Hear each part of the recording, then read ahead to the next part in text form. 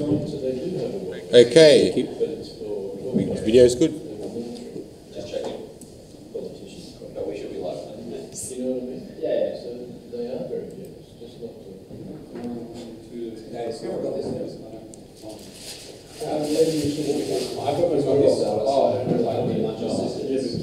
Oh, we can press that afterwards. We do it later. Alrighty, assume the stream's up. Just checking.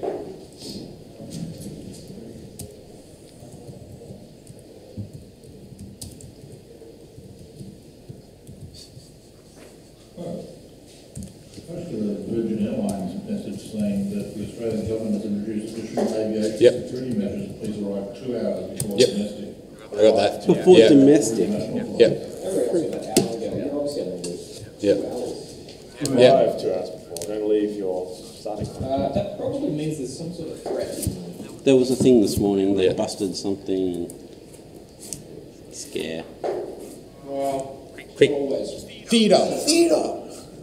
Last time, the big thing they busted, they recovered a plastic sword.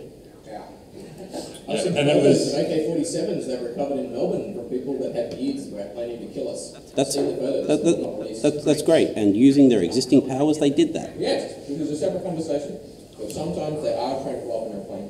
Very rarely, almost never happens. Something probably do there. It does happen. And sometimes they use a car, and the police are standing literally right there, and they do nothing. Yep. Yep, good. Okay, welcome back. We're going to continue with the strategy discussion from yesterday. So, Aditi's eating, so I'll just do some filler, I suppose. I'm going to drink coffee while I do it though, and Yep. everyone's going to pretend that they think that's okay. Okay, so I'll give the floor to Aditi and I will move.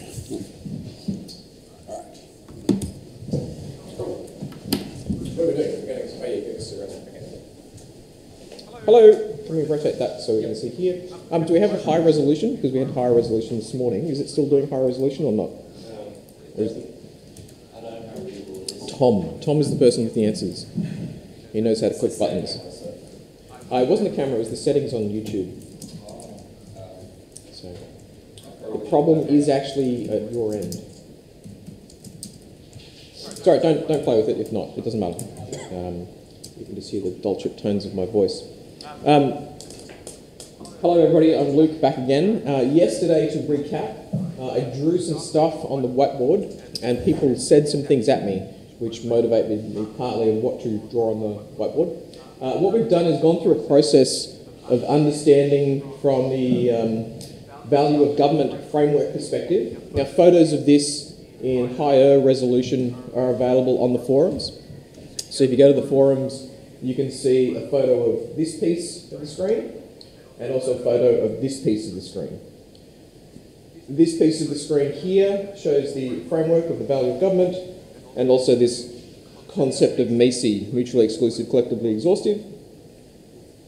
If you work in IT programming and you need to do structural taxonomies, this sort of stuff is bread and butter for you. But for some people, many people in fact, that don't work with sort of logical application all the time, this is a concept to get across. It gets referenced a lot in movies and cool things like that as well, so it's pretty well known. Now this side of it, this side over here was the outcome of the discussion that we had yesterday, and that was looking at what are the things that are of value to the Pirate Party. And we wanted to capture the top of mind values for the party, and the top of mind values are what we set as the values we're trying to achieve for our strategy. By knowing what to aim for, the next step is to work out how do we know when we've achieved that or are on the way to achieving it, how do we measure it, and then once we know how to measure it, we then need to work out how do we actually do it. Because each of these things, there are many ways of doing them. There is many ways to pursue an agenda towards creating the value of liberty. Some will be more costly than others, some will be more effort than others, Some will be more risky than others. Some will run into more opposition than others, etc. There is many factors to consider, and we will probably end up picking not just one, but multiple approaches to pursue each of these values for the party. And that's where it comes down to the actual planning piece. So working out what projects do we pursue, what things do we invest the limited time, resources, effort and attention that the party has to pursue them. So it's not about what's a whole bunch of great ideas and which is the better ideas. We want to understand the ideas by how they link to the values of the party, so we know why we're pursuing them, and then ideally which ideas contribute to multiple of the values and which values help the other values, so we can get a better understanding of the synergy between pursuit of things, and that gives us better insight into how to prioritise. So we can see something like the membership database. It seems like a small little background function that's only designed to save the effort of the secretary. And with Tom about to become the secretary, I don't think the rest of us mind too much if he has to work a bit harder. But Tom may mind a little bit, but he's one man taking a hit for the team. But there is other benefits to having a membership database. So we have a data set that can be used for other purposes. It becomes a channel of engagement, a channel of communication, and can be used for other means. So it can feed into other values. That's just one example. So what I want to get to now is to look at, you think we've stepped up a level and looking at things quite abstractly with these values. I want to step back a little bit further again. So we haven't actually defined a fresh vision or mission statement. And I'd really like to, yes? Sorry, just one quick question about this. Those values don't actually seem mutually exclusive. No, the values are not at this point in time. They will become so. So what has to happen to this is somebody like me, wearing a suit usually, has to take all these and run them through a MECE process. It's probably a bad use of time to do this here because it takes a couple of hours and I've got to kick things around, smoke some cigarettes, drink some coffee and go, all right, this is how to structure it. And what I do is I then restructure those, create definitions of them and bring them back. But whatever that process of analysis that's gone through, it'll come back with something like this, but it becomes MECE, and also we can understand how they relate to each other. So when we're making decisions, we can see which values of the Pirate Party relate to the other values of the Pirate Party. So when we're making a decision about something like a project, do we storm BHP Billiton and throw paint bombs at them as a proposed campaign, for instance? We look at, does this promote liberty? Does this promote equality? Does this give people opportunity? And we can see how much we think it supports the different objectives, and we can make a decision relative to a different one, which is, do we send a sensible email campaign and publish some shit posting on Reddit or something? Yes? Will you be doing this MECE process? And then Yeah. back to us? Yeah, I'll do that. Well, I'll volunteer to do that unless somebody else wants to do it. But yes, I can do that. I'm very happy to do that. I actually like doing this sort of stuff, which is weird and sad. Anyway, so that's the process we do there. We do a piece of analysis. I'll come back. We'll have some documentation. The reason why we have this sort of level of strategic definition, and the idea is eventually to attach measures to this. How do we know how much liberty we've delivered? So if you're in the US Armed Forces, they have a joking reference. You measure liberty delivered by how many pounds of explosive. Okay. Everybody's laughing. Okay, nobody. Okay. Anyway, that's an internet thing. If you're the armed forces are very big on the internet. So we need metrics around this. So it's nice to say I'm all about equality. I'm all about promoting, as another example, Indigenous rights. Okay, how much Indigenous rights? What is the unit of measure of Indigenous rights? How much Indigenous rights did we deliver this year? Okay, if we can actually come up with a measure for that, that becomes a massive selling point for the Pirate Party. Okay, if you can articulate how much Indigenous rights we made happen, that's pretty awesome.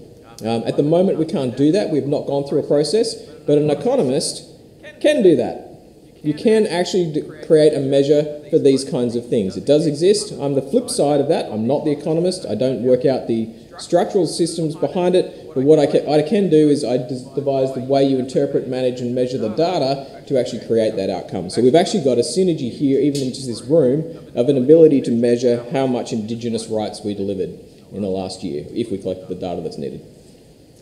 So we can do things like this, and that becomes data-driven storytelling, which is an important thing in strategy. So flipping strategy from just the internal focus to how we communicate our strategy externally.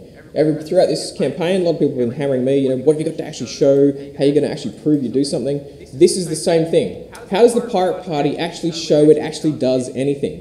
It uses numbers. We use numbers to communicate how much of something we did, how much liberty we delivered, how much freedom we made happen, how many somethings we saved the internet from in Australia.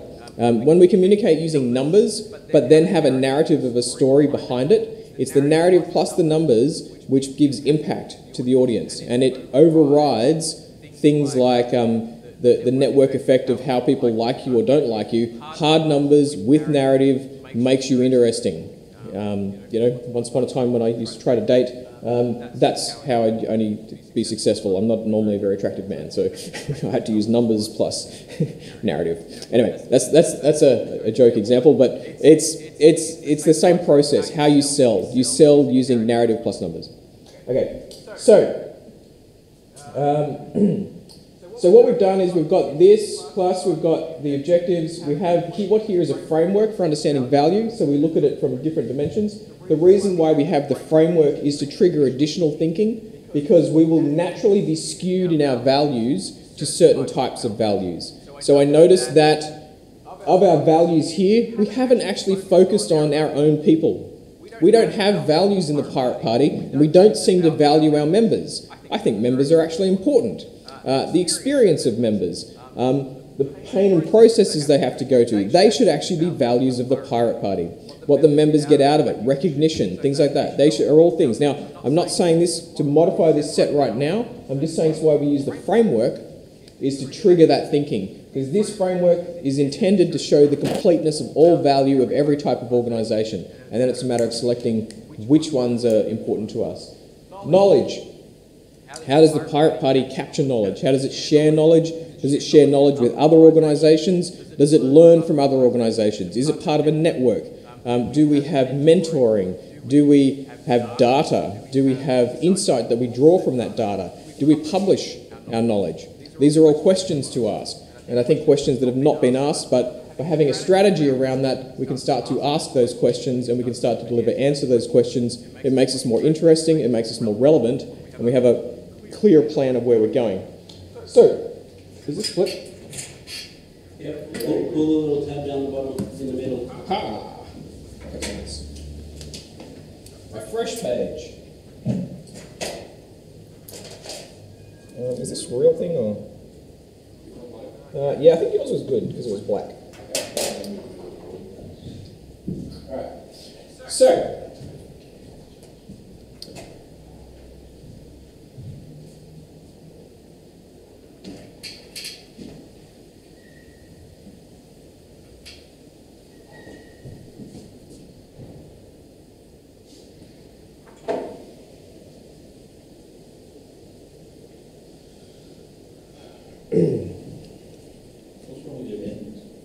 sorry? I don't know. My father was a doctor, and I inherited his handwriting. So, yes, it was unfortunate. That's why I love to type. Anyway, so what I think we'll get a lot of value out of right now is looking at the vision and mission. So, the top-down approach is the mission. So, why does the Pirate Party exist? And if we can't articulate that, it means we don't understand why we exist in the space where we could just all be members of another party, even if we split into several different parties, by which ones. Why do we exist instead of being part of the Greens, for instance? Why do we exist instead of being part of the ALP? Why do we exist instead of all being part of the Liberals? There's good reasons for that, but why do we exist as an independent organisation? It can be more efficient to contribute our time and efforts to an already established, up and running organisation with infrastructure, committed people to network with that are, have been working together for a period of time. It could be much more productive to do that. You could all achieve much more progression in your political careers. Some of us could be running for seats under the Greens and actually have a chance of winning. Why are we here? That's the question. So I'd like to get a bit of an understanding of why we think we exist. And then, the vision, where are we going? Okay? Why we exist, but where are we going? Where is Utopia? Where is Pirate Party Australia going? What does that look like? We combine these three factors with the other side of this board, the values plus the mission plus the vision. That is a strategy which you can then attach measures to know the measures. The values show us how we're getting towards the vision, and the measures show you how much you're getting towards that vision. But we still need to articulate what that vision is. What do we see Pirate Party Australia in the future? So I'd like to start with mission, the top-down approach of why we exist. Who's the oldest, longest-running serving member of the party here in the room? Simon. Why are you here? Well, we're civil libertarian, we're scientific in our approach, and we're technologically literate. You can't say about any other party in Australia from all 3 points. So I heard two things there. I heard policy, so policies, and I heard differentiation, which is two separate things. So I'm going to write that down.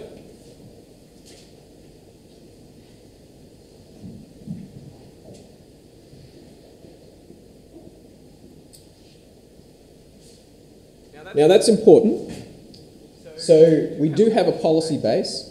A lot, if not a majority of our policy base, probably overlaps substantially with other political parties. And some, of course, a lot more so than others. But we do have differentiation. We do have both policies and a culture or direction that is fundamentally different to every other political party in Australia. Would that be an accurate representation of your view, Simon? Simon's nodding yes. Okay, good. So we have a set of policy and we have differentiation. What other reasons do we exist? Can I add history and community onto that? Yes, you can. We have a unique political history which ties into the international movement, which is something that's very distinct compared to all the other movements in Australia and around the world. And we've built a community based very heavily around that history, the shared experiences in that history, and our own individual inclinations. Excellent. And I'm going to extrapolate from history and community. I'm going to also say we have a legacy. We have a history, legacy, and also a destiny. It's like a role-playing game already. You see the word prophecy in there. Yeah. Prophecy. Pirate prophet. All right. So that's excellent. And that's a different dimension again to policy and differentiation, which are more almost government or influence or decision making, and then economic factors. So what else? Why else are we here? Please. Well, I believe it represents a better sort of more democratic and participatory internal party structure. I mean, I haven't heard of any other political party where the members actually decide the preferences and so on, and can engage in, I guess, online forums of discussion, just openly participate in things really regularly. That, and also, I guess our set of values are unique in the sense of going back to the community stuff.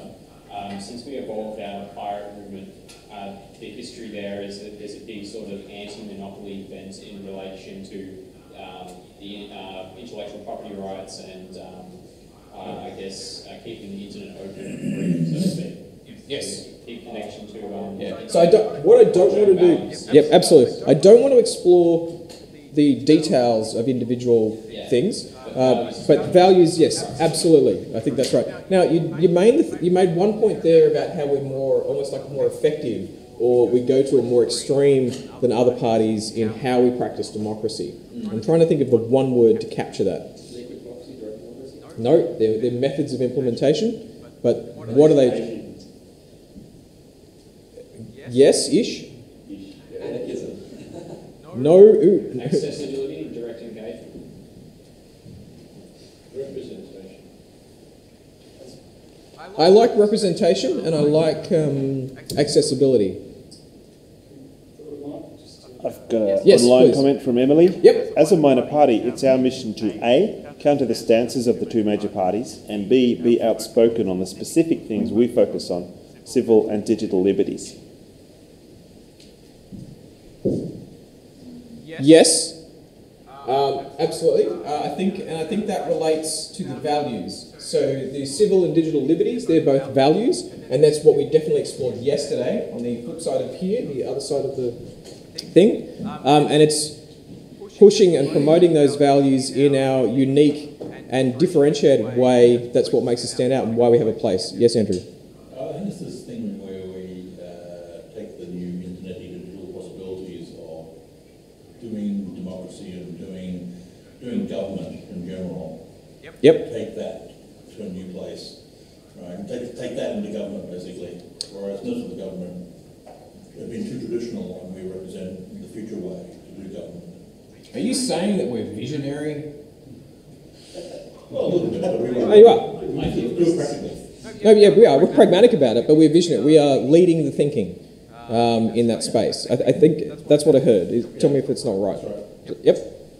Please. I'm a relatively new joinee. I have used the Pirate Party, so like Simon in particular, to get some information about some other, a little farther, a bit more radical groups like the WikiLeaks or WikiLeaks Party or the Occupy movement or Hacker Culture. Now you guys aren't any formal contributors. They're not necessarily more radical. Please go on.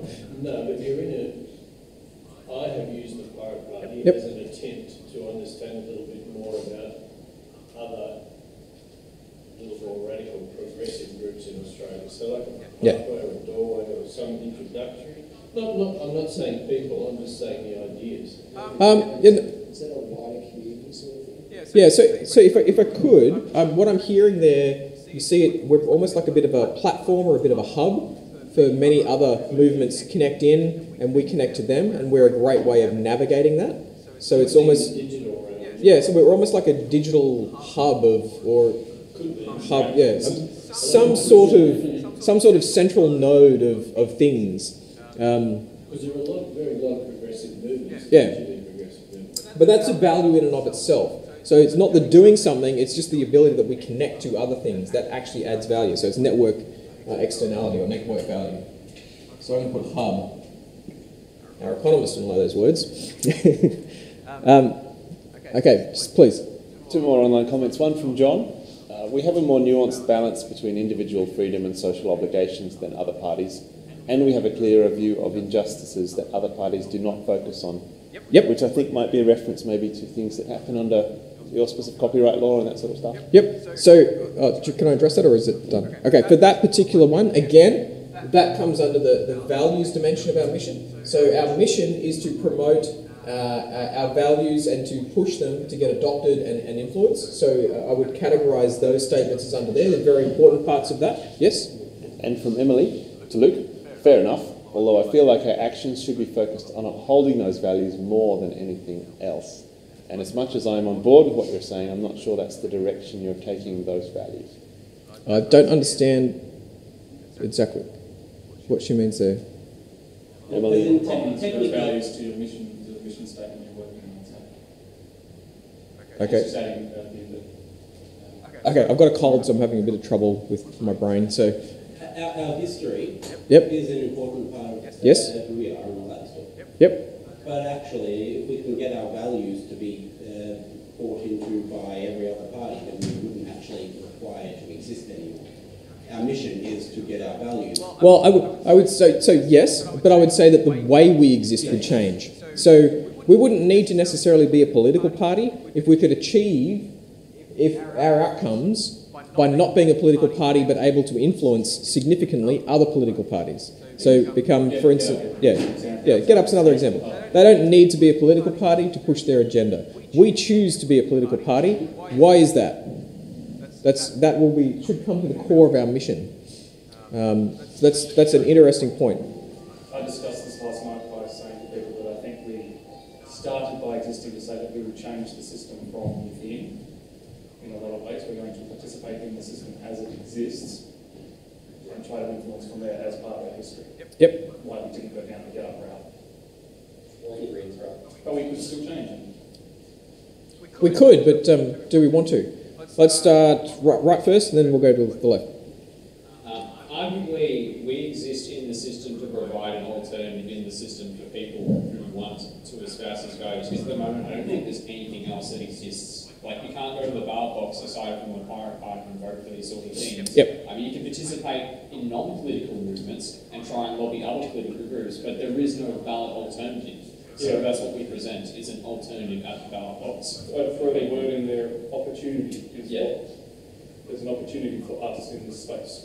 Yes. We're providing for an unmet sort of need.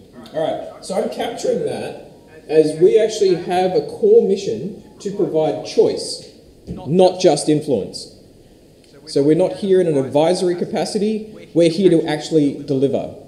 We're going to come up with the goods, we're going to make the decisions, we're going to make things happen, not give advice to other people that will do that on the best way to do it. It's a difference. I disagree. No? I think whichever approach actually gets the outcome, we might be doing one way because we see that as most practical, but it's about the outcome. So that's an interesting opinion, and the reason why we're doing this is to draw that out. So I would disagree. I'm here for myself. I want us to be a choice. I don't want us to be consultants. I want us to be the people that actually do things. But that's my opinion. It doesn't mean that's the party's It's opinion. splitting hairs. No, I don't think it is. No, hang on. It's splitting hairs in the context of we're not achieving the level of influence we would like, therefore we have to be there as a choice. Well, that's different to strategy. So in the concepts of strategy, constraints don't exist. So we don't need to think about what we can't do. We need to think about what we want to do. What do we want to be? Who are we trying to be? Not who are we capable of being. That's a next phase. So again, let's separation of concern. Why are we here in this room? I'm not here in this room to think of what I can't do. I'm here in this room to try and work out what I want to do and then how to do that. And then later I'll work out that I can't do all of it. Yep. Yeah, then I think the choice thing is something that, as in having to be a choice in a political party on the list, that's kind of something that we're doing, but it's not something that we have to do. It's not something we have to do, but is it something that we want to do? Do we want to draw that distinction? This is actually, in my view, actually an important point, because there is a bit of a divide in the party about this. We don't expect to resolve this here, but I think highlighting that this is a discussion point is important. Even being a choice where we don't have representation in Parliament itself, it still actually buys us some access to the table to speak to other political parties, to influence them in a different way to the way that a Get-Up can do it. Absolutely. Now the question back to you though, are we pursuing that only because we want our voice to be heard, or are we pursuing that because we do actually want a seat at the table? Which of those is our number one priority? I think you just said, and I'm speaking for myself, but I think it's, other people would agree in some degree, that actually being at the table, as in Parliament, is just an easier way to be heard. Okay, that's an opinion. Yeah. It's also where all the power is. Politics, political representation is where the power is. Governments make laws. Governments have tens or hundreds of billions of dollars of resources to allocate. So, they've said more than millions of people demonstrated against the Iraq War before America invaded Iraq. It didn't actually make any difference. If you're in Parliament... Sit at the table. Yeah, I mean, the power to make laws and to direct the resources, collect them from the citizens is huge. There is a massive difference between somebody with good ideas that gives good advice as opposed to being the person in the chair making this decision. And that's what I'm asking, which is more important to us? That we give really good advice that's really influential, or that we're the person in the chair that has to make the compromises, that has to take the blame, has to take the risk. They're very different outlooks. It's about maximising the level of influence to get done what we want to get done, and the way to maximise it is to be in the room. Yep. So I think we're going around this a bit, but it's I think I'll just add that it sounds like we're both priorities. Both right up there, and what we're trying to work out is which one you rank 1 or 2, basically. Do we want to get the seat at the table where we know there's influence to win, or are we just going for that because it gets our voice heard and we don't even care whether we get a seat. Absolutely. And I'd say, I'd put my hand up and say, we want the seat at the table, we want to be elected into the Senate and into local parliaments as above just being heard because we're a choice. Yep. I would say that, yes, we want to be in the seat, absolutely. But the whole business of having influence and so on is part of the route to get there. Yes, absolutely. No, excellent. But this is why we're doing strategy in this process. So we're trying to work out the why separate to the how. If the how of getting into the chair if the why is to get into a chair, but to get into the chair we work out the how to get in the chair is first to be influential, that's a strategy. But if it's the flip side around, how to become very influential is to get a seat in the chair. It changes the way that you approach the strategy. Which one is the strategy? Which one is the tactic? Yep. I'll just hop in.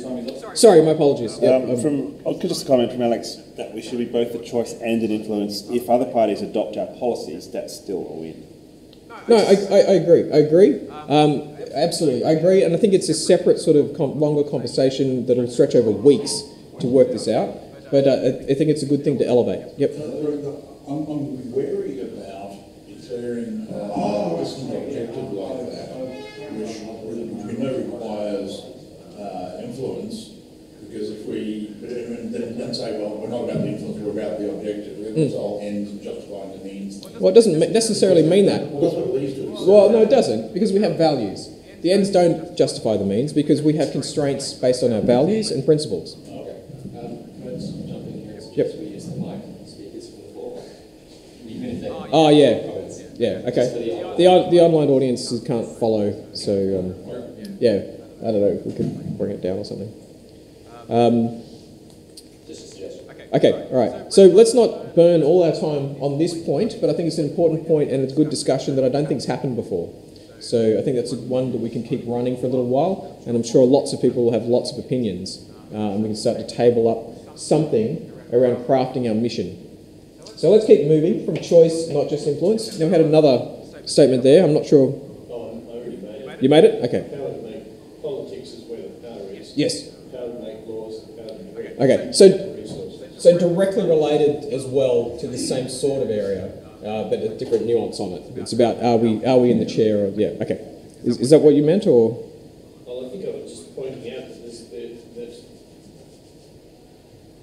the power to make laws is incredibly powerful. I mean, whatever they are, and a lot of what we are unhappy about is the fact that, say for example, with surveillance, that all of this stuff just gets rolled out, and there is no meaningful discussion about privacy or so.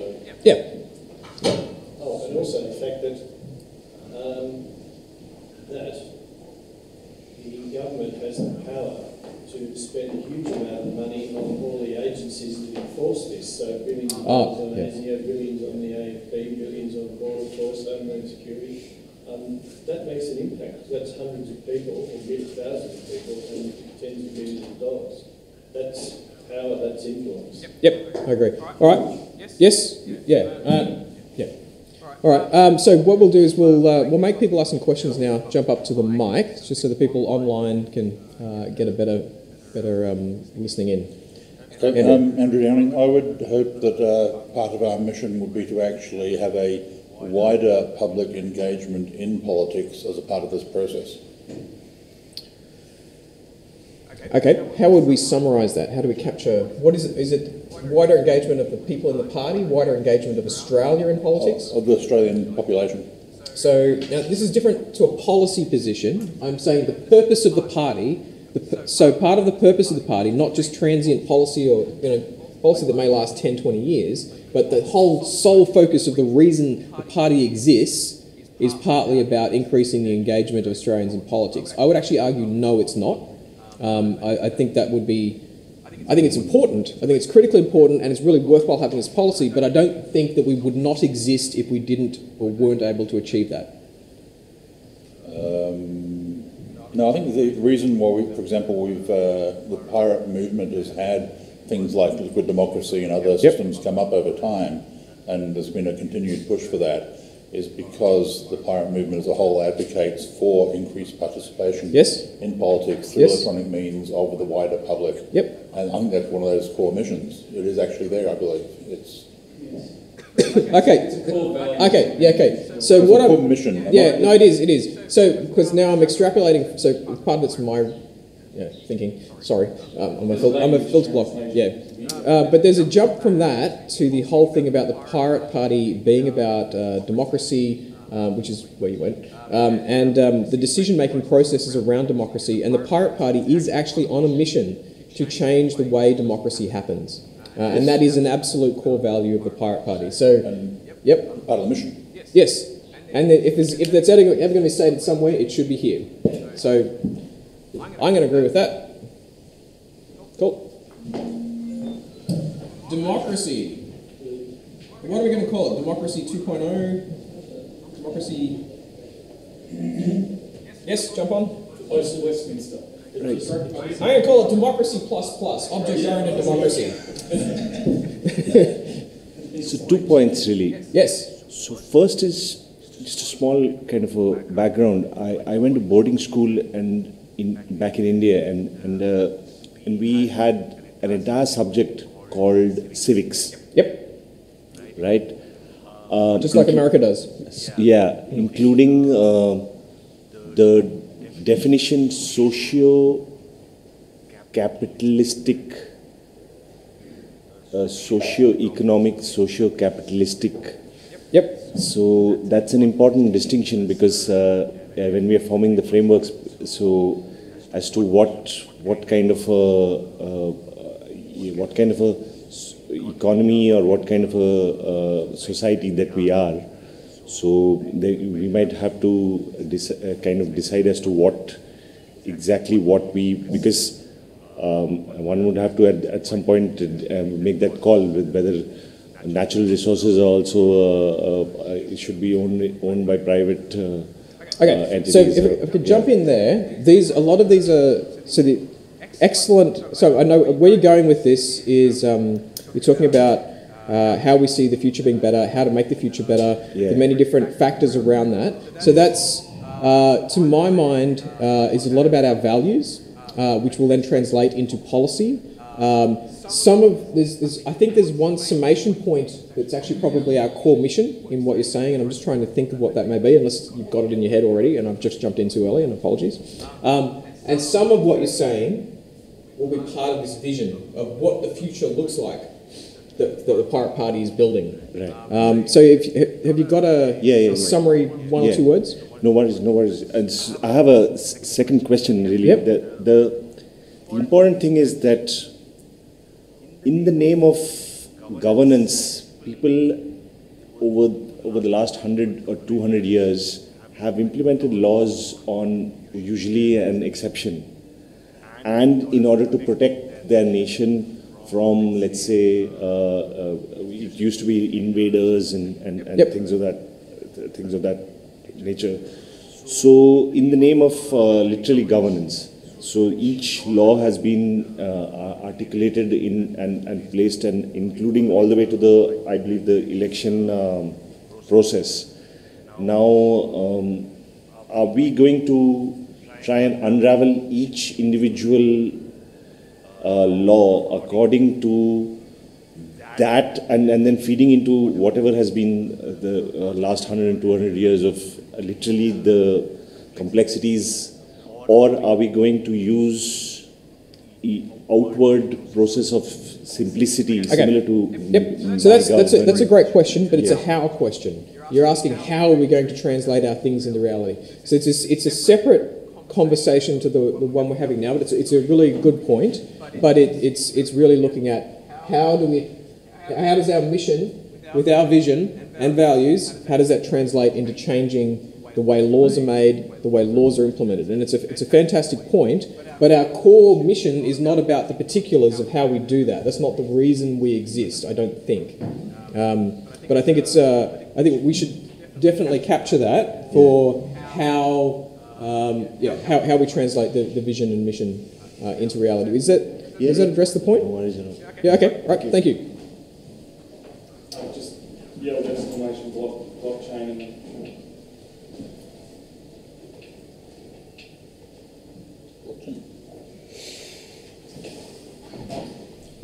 Andrew Downing again. I think another core part of our mission, it's a little bit abstract looking through the things that we do, but I think it's there, which is we're trying to explore what it means to be a nation, a government, whatever, in a kind of a post-capitalist world as it's emerging.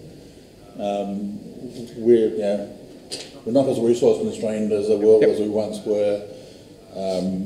Capitalism at some point stops making sense.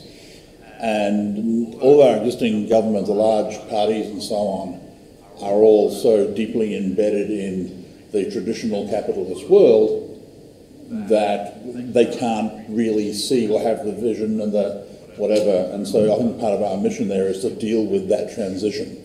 Yep. So I think that's actually an excellent point that I actually fundamentally, firmly agree with. I think the world is increasingly moving towards a gift economy, that your participation and engagement in things actually becomes your measure of economic activity as opposed to what you own. I think that, but anyway, there's people more qualified than me to make statements about that.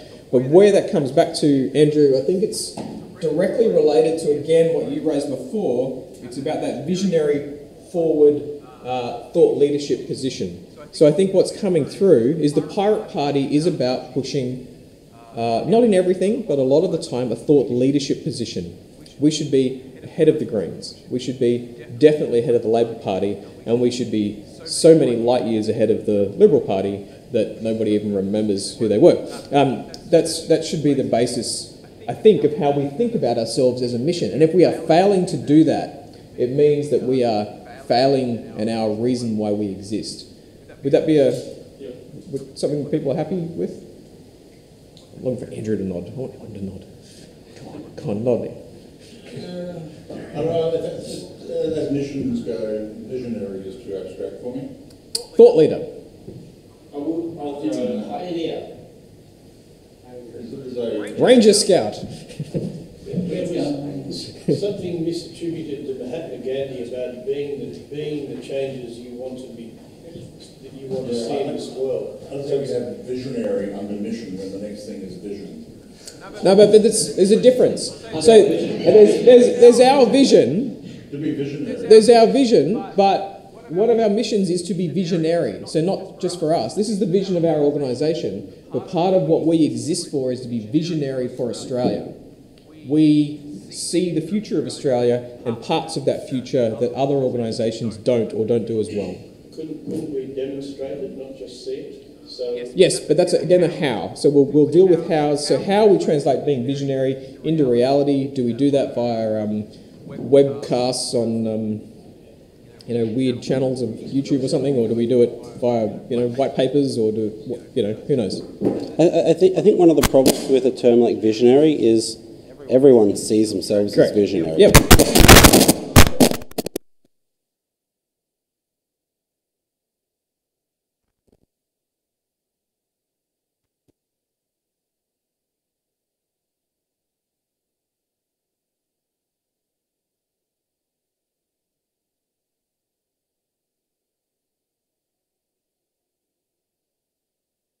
If the most boring, mundane approaches could still actually achieve what we wanted, then we wouldn't need to be visionary. No, but I agree, and that's why we need to draw out that is it a core mission for us to be visionary? I'd say principled more likely than visionary. Well, and that's the question. So there's a side to what Andrew's saying that for me I can see, because I'm just speaking as me,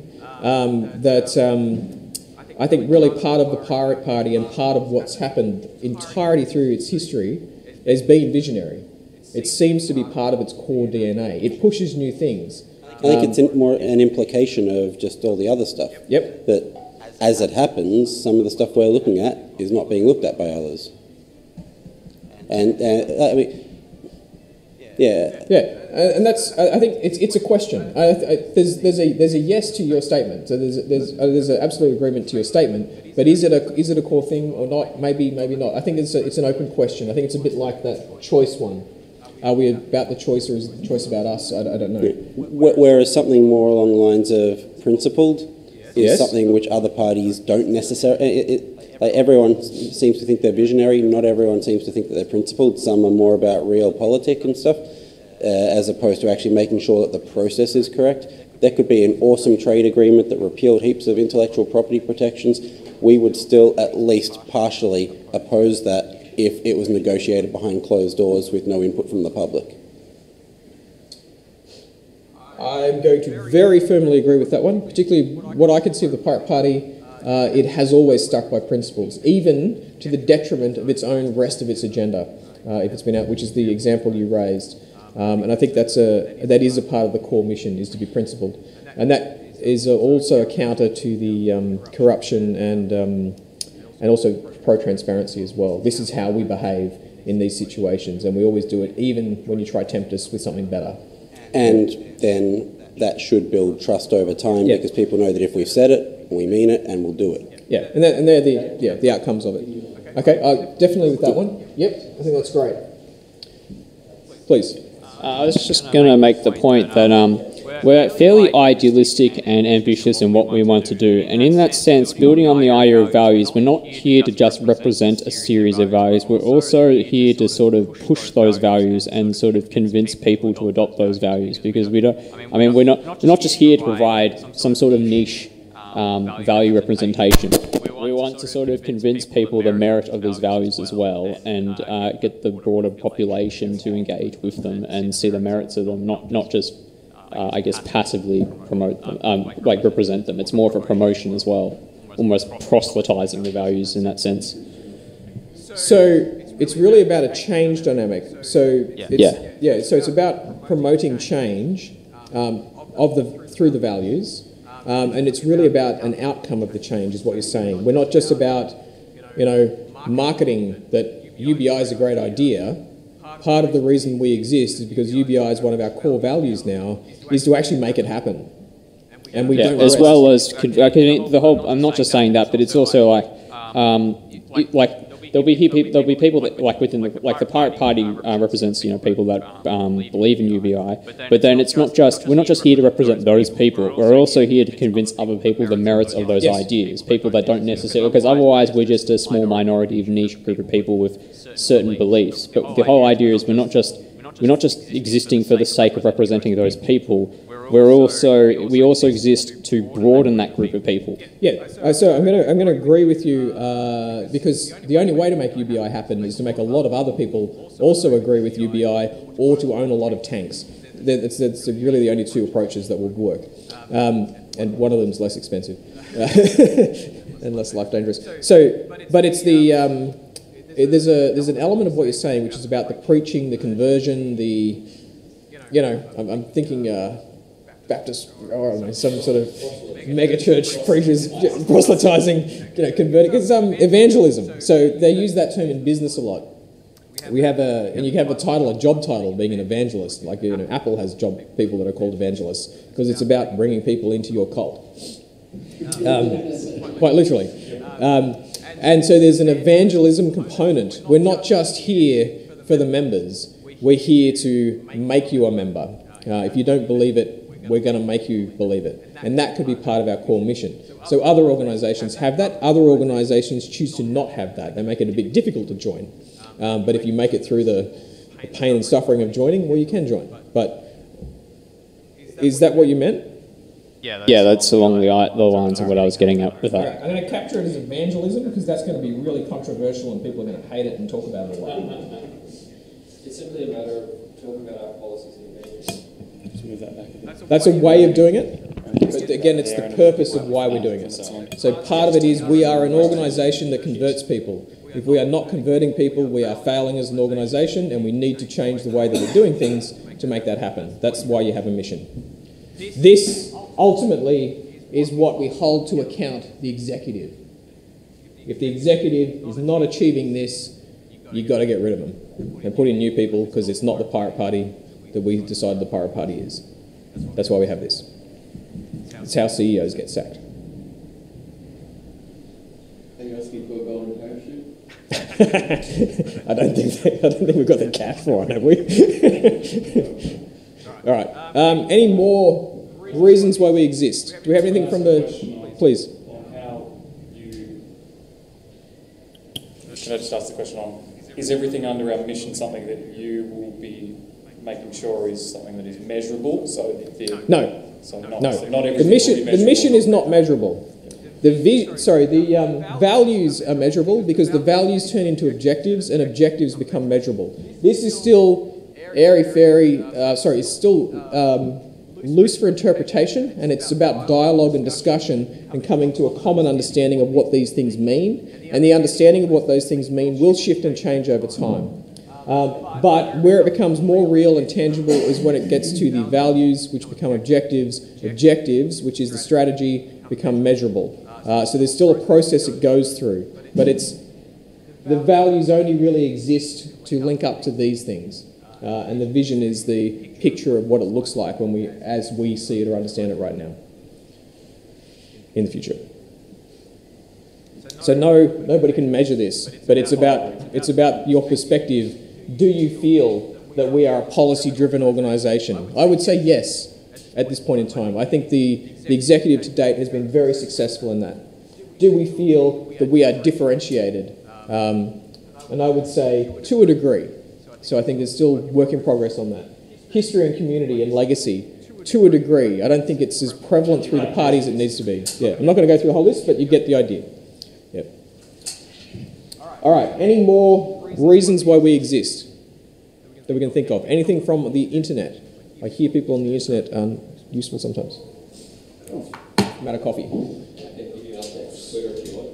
Okay. Get him off. One comment from online from Alex. Evangelism is a core aspect to any. Evangelism is a core aspect to any ideological group battle of ideas. Not always. So, for instance, there's. Sorry? Judaism isn't even. Correct. Very good. It's very difficult to become a Jew, but you can if you want. But it's very difficult. The same as to join any serious monastery. It's very difficult to join a monastery. You have to go through a lot of pain and suffering and trouble to get in. I had to. And there's other groups like that. And it's everybody knows that, don't they? What? I used to be a monk. What? I used to be a monk. What flavour? I was a Benedictine monk. I can still chant in Latin. And I studied to be a monk for 2 years. And I was... The problem with trolling is I never know when it's happening. Exactly. But this is real. You can tell by the pixels. Yeah, so there you go. There's some little facts. I used to be religious once upon a time.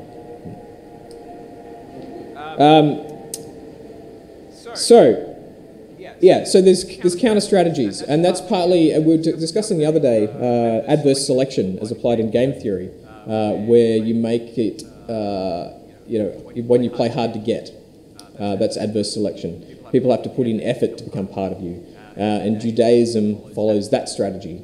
Typically, it's quite difficult to be a Jew, so the only people that become a Jew were either born into it, or, and even then it's still hard, or really went to a lot of effort to be part of it. So it self-selects. Once you're born into it, it's very hard to get out. To not consider you in. Yeah, not part of the tribe, as it were. All right. That was so. Yeah, so I think that there is opposite strategies to evangelism. We assume that most organisations want to recruit people, but sometimes they don't. Exclusive clubs don't want to recruit people. They actually want to get rid of people, but just have more really wealthy or more really interesting people out of the few that they have. So it's hard to get into some of the exclusive clubs in Melbourne, for instance. You've got to be really recommended by people. They're not just desperate to get members. They pay us $20 and you can join. They really put you through a lot of grilling. All right. But so what I'm hearing is the outcome of that is we actually want to recruit. We want to actively be seen as recruiting rather than make us play hard to get. Yeah. One more comment from online. One more comment from online from Alex. Someone once said that the core lesson of the Greens is that the environment is a limiting factor. The core lesson of the Pirates is that the internet is an unlimiting factor. Sort of. Sorry, I'd love to make a personal statement. This is my favourite area of discussion. This is literally my favourite area of discussion. The number one resource going into the future that not many people seem to realise, but it is a whole area of economics, and it is increasingly how internet economics works, is attention. So attention is a finite resource, and in fact, attention is the only finite resource that actually really matters. No, absolutely. That is where it's at. If you don't understand that and you're not across that, you're not actually really part of the modern economic system. You're yesterday's news. Anyway, you can believe me or not. Cybermonk. Sorry? Cybermonk from online. Thank you. There's a lot of art. There's a lot of stuff on this, but all the major consulting firms take this very seriously. It's how business now happens and how businesses are now valued. It's how much mind share they capture. I remember, I think 15 years ago doing strategy for Census, back when Census was almost relevant, for their online stuff. Their strategy was they want to put out websites and apps that is something that everybody uses every day. And that's what you have to have. It's about capturing attention. If your app, your product, your thing that you're doing does not achieve that goal, Census canned your project because it's not achieving that strategic outcome. It's about attention. It's not about profitability. It's not about money. Money is actually a really low-value commodity these days. Money is easy to get, and it doesn't mean that much. It's not power. It's not really influence. It's influence if you're really poor, but it's not, in the real world, money doesn't mean that much. It's about attention. Yeah. So I'm partly agreeing with Alex, but I think there's a bit further work on that. Anyway, my side rant. I get excited. Sorry. Should we pause for lunch and then pick this up? Yeah, we could, if people are not too bored. I'm having fun.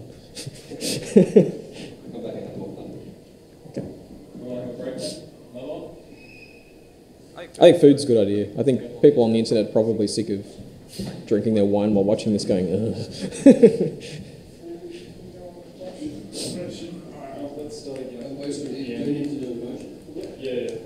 You can do it here.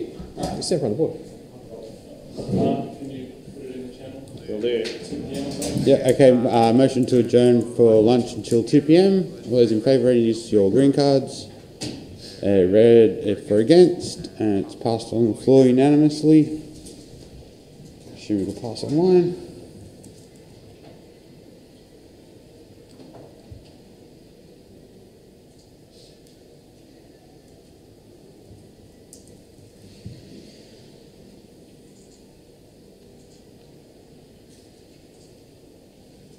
Jed votes nay because he just had breakfast. Because, He just had breakfast.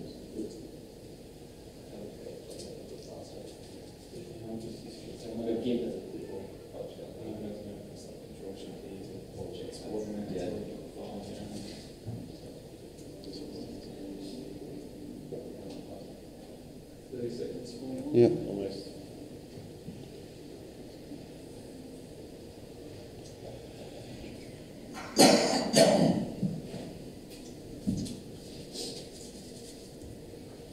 It's crashed. Carried. Yep, alright, lunchtime. See you all in at 2.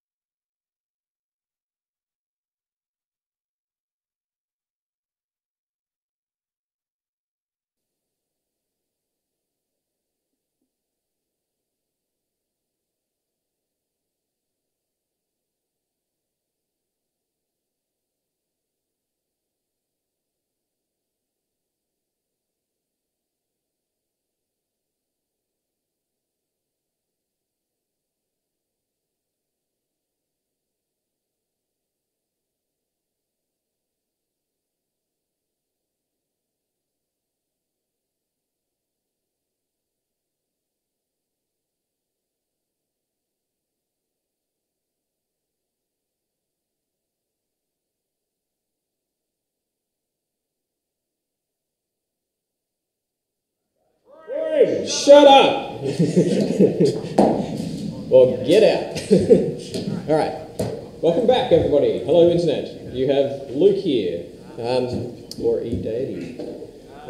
Right, so to recap on our last episode, we talked through the mission of the Pirate Party, which is why the Pirate Party exists.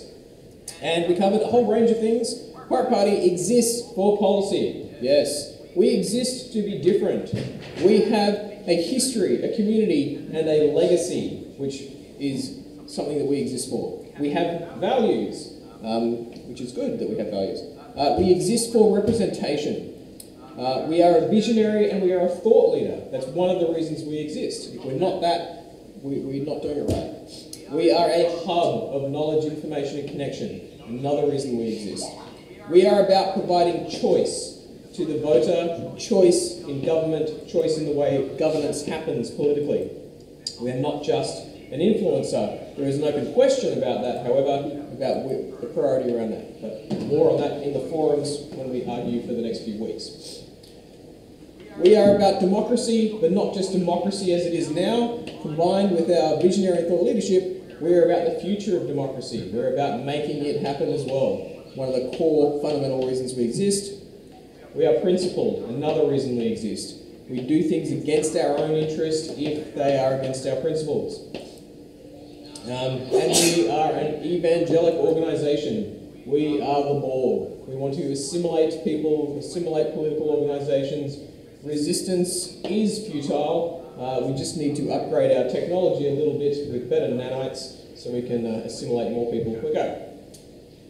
That is our mission that we have today. So, was there any last thoughts while we had lunch or were drinking beer or passed out on the couch for the people at home? They want to contribute for the reason why we exist, because if not, I'd like to jump over to vision.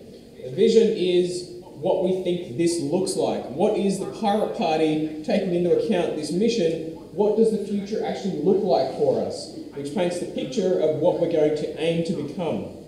Again, we're not talking about the hows, we're not talking, this is a bit of the why, and the values we have is the why, but this is, what is the general picture of how does it look like? Are we a big organisation? Are we a small organisation? Are we a left-leaning organisation with bandoliers of machine gun bullets marching through the jungles? I don't know. We'd like to find out what is that vision. Are we a bunch of white male nerds sitting in a basement playing World of Warcraft? That could be another vision for the party, which I would actually kind of a little bit support. So that's what we want to get out of this session, is what does it look like? What's the picture in your mind of the Pirate Party in 10 years' time, for example? So, mission, any last thoughts? Yay, nay, people online, whoever's reading the online people. Is anything missing is the question, isn't it? Correct. Again, this won't be definitive. There will be a process to capture more input. It will get corrected, adjusted. Probably the NC will have a long argument about it. And if I'm involved, I'll be telling them to shut up. My work's perfect. And I'll get voted down. But that's how it'll go. Any last thoughts? Well, the output of that needs to be an actual mission statement. Yes. Context. Yes. So it needs to be crafted into words, which you are correct. There will not be any numbers behind these words, because this is not about targets, this is not measurable, this is straight narrative of why we exist. So it turns into basically a paragraph. I will do an attempt at crafting that, and then we will do some revision and people will kick that around and we'll probably go through the process of publishing it for debate. But what we have is it needs to cover this as our mission. There's no further comments online. Okay, is that because they're all asleep or bored to death? Or? There's a few people talking, so about it. Good, excellent. Hello online people, you are relevant. Not really. but we know not right. Okay. People will take you seriously when I say things like that. Alright, so vision. What does the party look like in 10 years' time? There's a couple of ways to think about it. We can talk about size, we can talk about geography. Will it just be focused on Australia? Will we encompass New Zealand within our Pirate Party? Will we stretch to the rest of the world? Will we take over the other pirate parties because there are a whole bunch of disorganised leftist, I'm just saying words here, and will we take them over as well? this is ways it could all pan out. It's up to us to determine our future. Do we exist purely online, and this sort of meeting happens in cyberspace? Do we live in a, are we refugees or hidden from the law, hunted by the other political parties because of our elite hacking skills? I don't know. Sorry? What is it in people's heads that the future of the Pirate Party looks like? Coalition of 6 minor parties. So we think we will be in a coalition. So we're going to look at how we work with other parties. Is that what's coming? We could call it a progressive alliance. Okay, so that's something that could be quite real.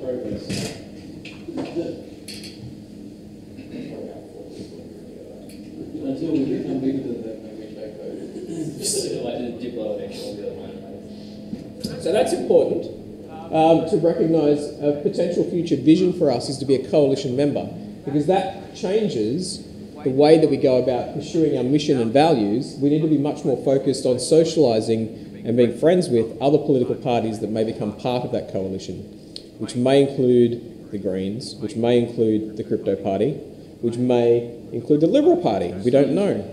Sorry? Science Party, maybe. Yep. 6 parties. I would throw out there as an idea for something we should have done within long term, a vision for creating new systems that solve dysfunctional systems that we have today. So where we see corrupt systems today, like copyright industry influencing law, we need to have been able to have created some of those systems and implemented them, the replacements to the dysfunction we see. Not to the level of actual legislation. Yeah. Suggestions of changes. Are you talking about once we've actually got a seat at the table? Well, I'm saying within our government coalition, we're in Parliament. So. I think that's an issue. The issue which you envision set up. All right. Yes. So I have captured 2 points from what you're saying, Tom. I have said that our future vision is that we're a solver of problems. I think we'd actually all agree with that one. We have done it. Yeah, and we have sort of done that.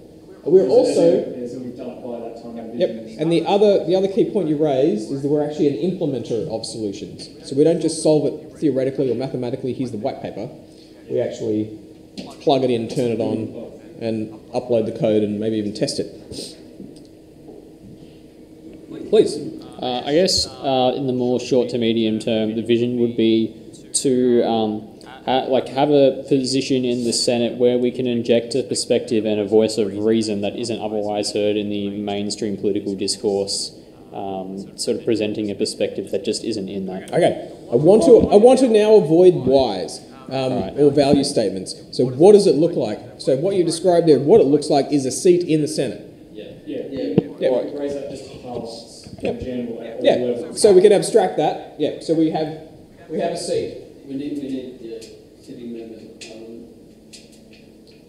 I'm going to use the word power. We actually have power. In a vision, we want power. Have a voice is probably another thing. My concern if we actually get seats. Yep. But being close to getting seats, you start getting more influence. Yep. Actually getting seats, you might end up with something like the German Pirate Party, where now that there are people getting wages where their time isn't a donation, like shit can go bad. And then that can actually impact the ability of the party itself to carry on. But it's a risk, absolutely. But it is also a manageable risk. Well, people turn up at jobs, and not everybody that does a job is bad at it. You could probably rattle up a half a dozen Australian parties who have done the same. No, absolutely. So it's a risk. So we don't want to be one of those. So we don't want to let our acquisition powers corrupt us and destroy us. Continuously close to getting seats. Is that a vision or a value? So I think what I'm hearing is we manage the risk of power. Would that characterise it? That's probably fair. Because I don't think we want to not take power because it's too risky. It's not going well. So the main thing is actually taking or having some sort of power. The party doesn't have it. The person who gets into the parliament has it. And then but we know where they live. Can I suggest this? And Clive Palmer knew that, but didn't. Can I suggest this was a missing element from our mission? There was the manage the risk of power. Managing the risks of power as a So I would part of the actually mission. argue from a technical perspective. So I think it is important, but I'd argue from a technical perspective, it's not a reason why we exist. We don't exist to manage risk. I think managing risk is a mechanism, part of the vision of how we create an organisation that achieves this mission. Technically it's a next step down, is my view. I don't think this is about risks. That's all. A couple of online comments. I'll accept that. Can we have online comments from Jed, who thinks it's always nice to be relevant, and from MANDR. So what does relevant look like is the question. What does relevant look like? Oh. Another comment. What about being a major party? Yes. I guess that's a goal. So our vision is our vision to be a major party. Now we can say yes, we want to be a major party, but is it really our vision? That's what I want to draw out. Like I personally do see myself ruling the galaxy in the next 10 years, but the mechanisms to do that and the principles to achieve that may be different to what everybody else here is comfortable with. So what we'd like to draw out is how does the party see its future? Are we going to be a big party? From Alex, getting seats and then going topsy-turvy is such a nice-to-have problem. I actually think the German pirates might disagree with that. No. So I'm going to throw in another thing in strategy. So, and I've probably mentioned it a couple of times before, there's a basic idiom in strategy that it's better to fail at a good strategy than to succeed at a bad one.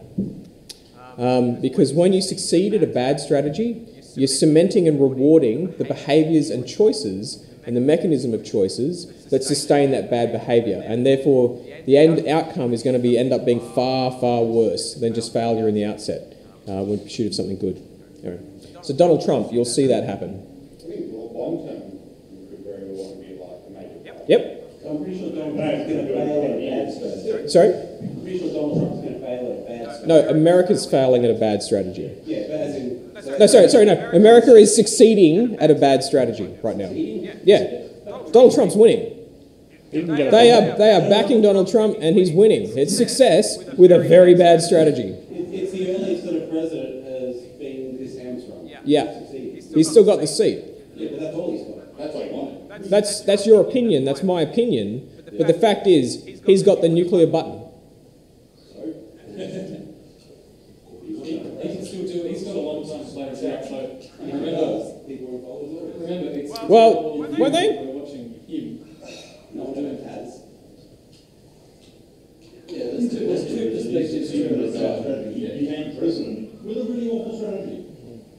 Okay. Isn't that? Anyway, it's a longer debate. It's a longer debate.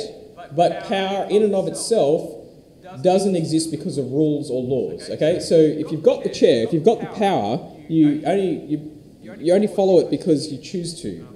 If you can not to, and you're that kind of person, you can choose not to. The danger is when somebody's in a position where they can choose not to and they don't want to. That's the situation we may find soon. Anyway, Comment from John.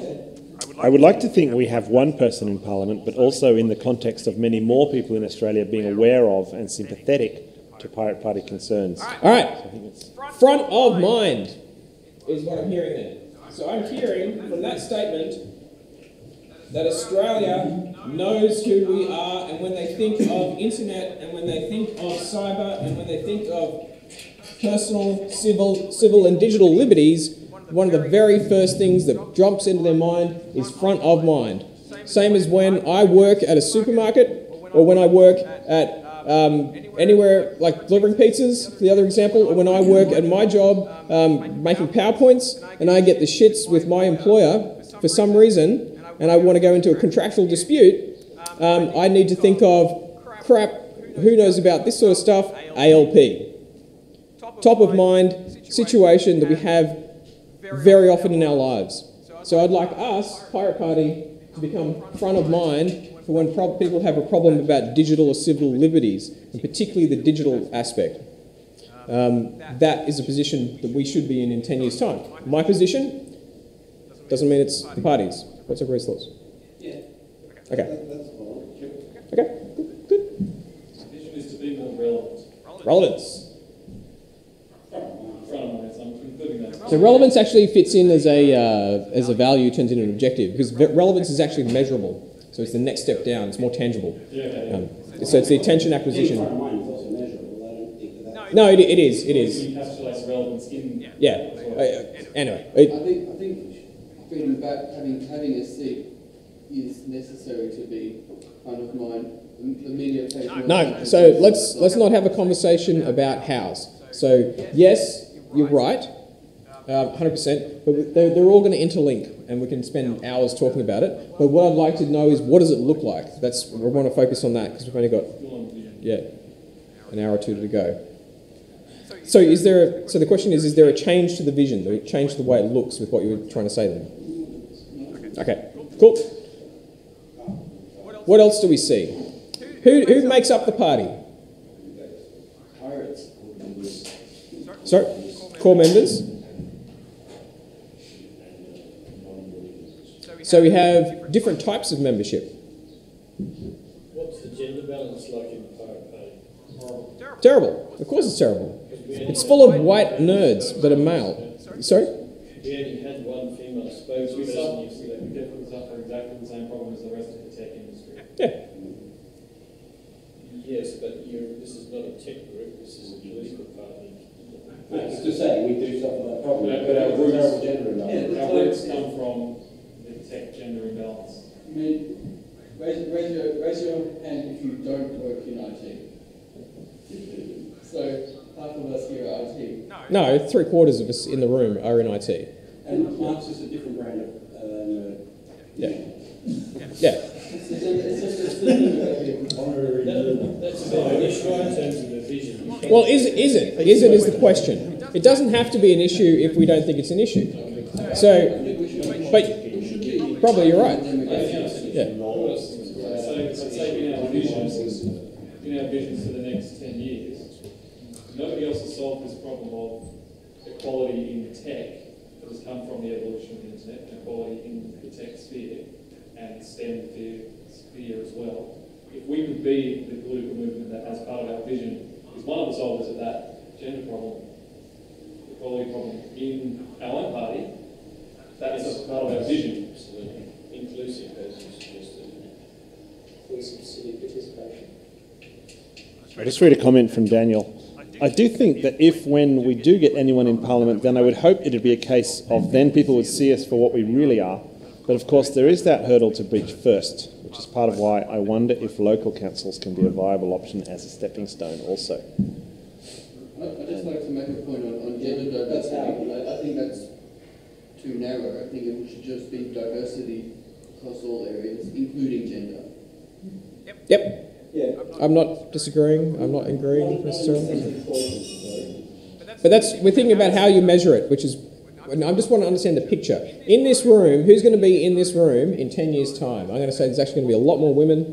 There's going to be a lot of older people. There's going to be some 18-year-olds. Sorry?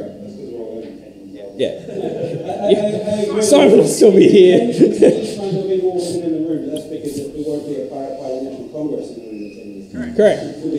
Correct. Can I add to our vision here? We would exist in multiple levels of government, in council, state and federal. I think we've got that. That's it. Because they didn't see it. No, it doesn't specifically say that. So this is a good differentiating point.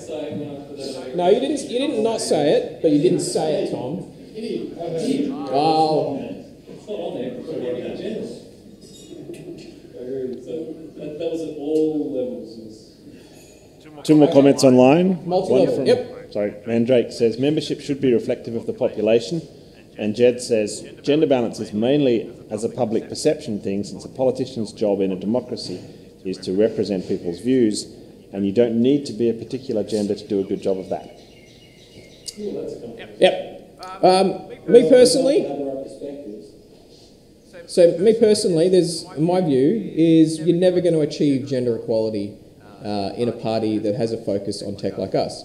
There is reasons why there is a gender imbalance in the tech industry. It has nothing to do with women being in any way less capable, but there are other factors.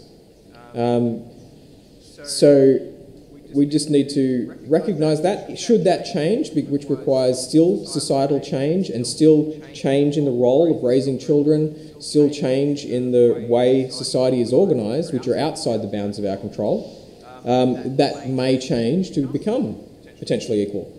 But that won't change and is not within our sphere for some period of time.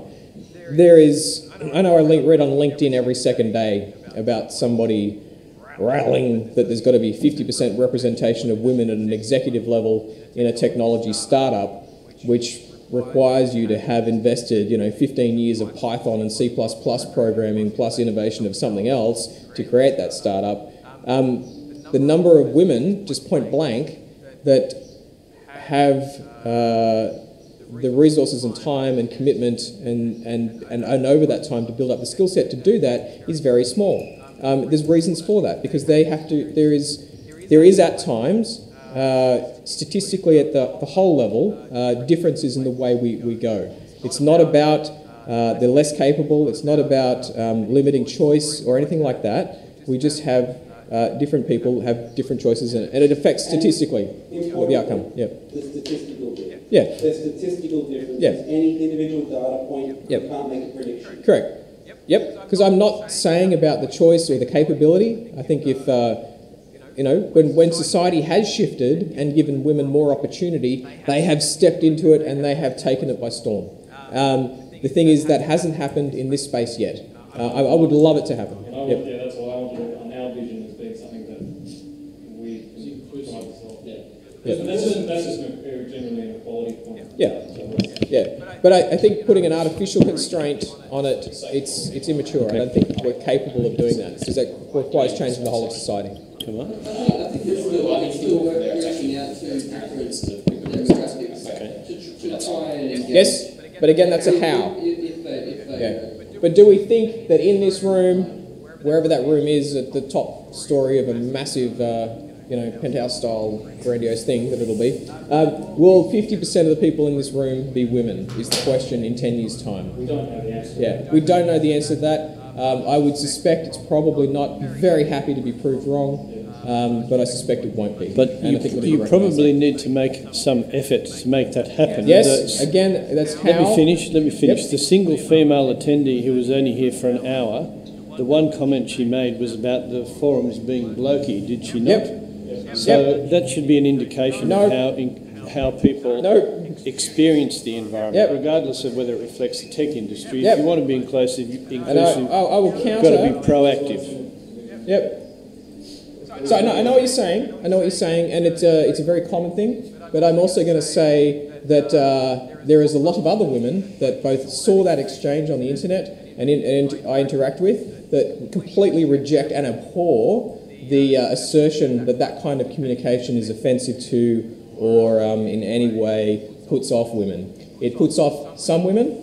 Yes, absolutely. Many women have poor experiences of environments like that.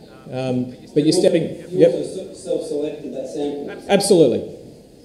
As does the person making those comments. Yeah, sure, but so I don't think an assertion can be made one way or the other. Absolutely. However, if we want things to be different to how they are today, we have to try different things. Well, that's why I've got it on our vision. Yes. Yep. So that's being our vision. Yep. Can I suggest another thing here? In this vision of the future, Yep. the fact that we are represented by so many IT people Yep. in itself is probably a thing we should consider. And if we were, rather than trying to get more women per se, if we were to say, what we actually want is people with professional capabilities who are active members of the party from a lot more different professions. If we had a whole lot of, lawyers and health professionals and whatever else, teachers, educators, those sorts of professionals coming into it would add a great richness to the party, and in the process you get a lot of women. Yep. Right? Because the point is to add value to the party by the people that come in and join it, and in the diversity of that value you will find women. Yes, absolutely. I'll agree with that. But the question back is, why aren't they here already? And that's part of that. We're not asking why, we're asking vision, right? Yep. No, it is a valid statement. As in you turned it into a question. Yes. But the answer was in. in what he said because of the amount of IT. Well, I disagree with that. I think there's I think that our starting point is that we're the people that grew up with the IT. Yeah. So our biases, our starting point is that we're comfortable here. Where we are, and that's just where the internet was born from, and it was the biases that is in the founding of the internet. We're just the first group of people to come into politics, so our vision for the future is to always operate. Yes, we had a whole lot of lawyers, we had a whole lot of educators, we had a whole lot of multinationals. Yeah. My vision of the future is all those sorts of professions. So it's broader appealing. It is broader appealing professionally, demographic, age, gender, identity. And we all agree on that.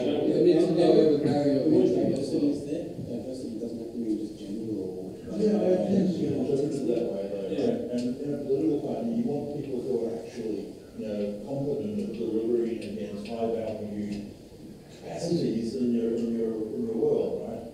People who are, have senior involvement in the development of education, of law, of health, those sorts of people are the ones that come in and really influence things and create that future you want. I think that's really good. That's what you want. And with that will come a whole lot of women and a whole lot of diversity of every other background. Right? Yep. I think another important thing is that everyone has different issues or topics that are important just to them. And so you might have a woman come along, and this person, for example, might be really into women's issues, women's rights, everything about equality and that sort of thing. So we're going to get a feel for the party, see where we stand on paper. Oh yeah, everything's equal and all that. That looks good. And they'll check out the forums and they'll see someone have a personal opinion which is not quite in line with the party side of things, and go, oh okay, well secretly maybe they're not as equal as they say they are. Maybe there could be something in that, like as an example. But it could be any other hot issue, like it might be someone who cares about the environment, or it could be anything. So I'll just lob in a couple of the online comments from Daniel J. The thing is, registration for state in some states is so hard that getting elected under PPAU banner name is nigh on impossible. But if we had a couple of councillors, that could at least be used as a base to build out local supporters and local groups. Yep. Then from John, separately to the current discussion, I'll bring up that I plan to contest the next local government election in my area. Then from Alex, while we're on this tangent, does anyone care to speculate why the percentage of women in CS, which is what, Counter-Strike? Computer science? Yeah. Has dropped since the 70s. There's a strong correlation there. Yeah, I'd say.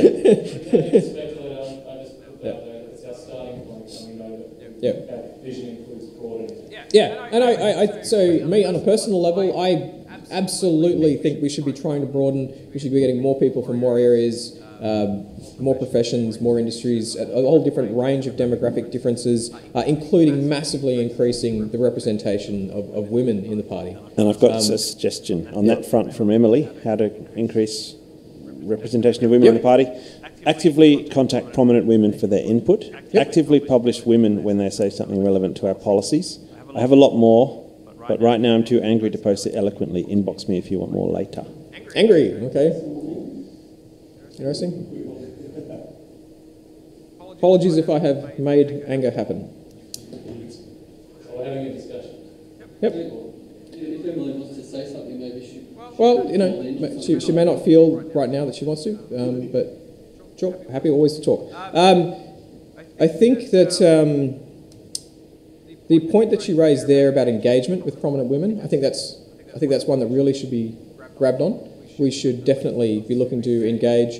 You can extrapolate that to not just women, but a whole bunch of other representative of demographic groups, and I think that would be amazing.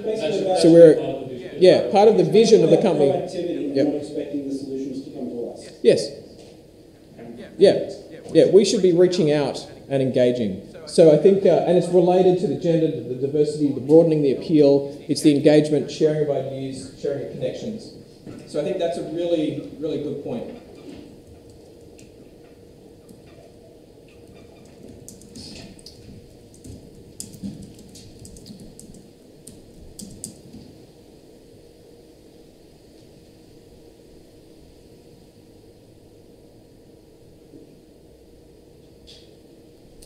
think we'll draw a connection, particularly strong with the gender and diversity with engagement, because I think that was a key point there.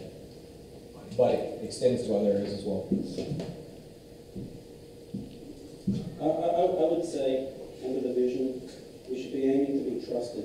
Even for people who don't agree with us, that they know that what we say is what we think. That Yep. we believe we have integrity. Yes. So integrity. It's not about integrity, because that really comes from our mission, our values. That's why I But it's the recognition of it. Yeah. As in that we are trusted. Yes. Because of our Yeah. So I think, and that's a subtle shift, but an important one, that from outside we are seen as trusted, that we are seen as having integrity, driven by our principles. I think that's a great one. We are trusted. And then how that we're trusted is by the principles and integrity. But we'll just highlight that, even though technically I shouldn't. So it feeds in. Cool. What else do we see for our vision? What about sort of just impacting people's lives in a positive manner, in ways that we can demonstrate, I guess? So we are impactful. So Yeah. we change the experience of life in Australia. Yeah, in a Okay. positive way. Yep. Yeah, so it's not academic. You can point to Pirate Party. Because like you can do with the ALP, you can point to many things the ALP actually did and achieved through also working with the union movement, etc., that has changed life in Australia. You can point to Medicare, you can point to labour laws. And made us fundamentally different from a lot of other countries. Yep. You've got to always act in those solutions being Australian. Yeah, but I guess it's not just the implementation of solutions, but it's the demonstration of positive impact in people's lives, like tangible things that we could like point to, or people can look at and go, "Oh, they did this for us," sort of thing. So impactful. It must also be in the public interest at all times. That's again a values sort of thing. So again, it's a how or a why. If you've got a thing of how that looks like, that's different or particular. Yep. But you're on the right track. It's good. Simon, what do you see in 10 years' time? When you're walking in here on your cane and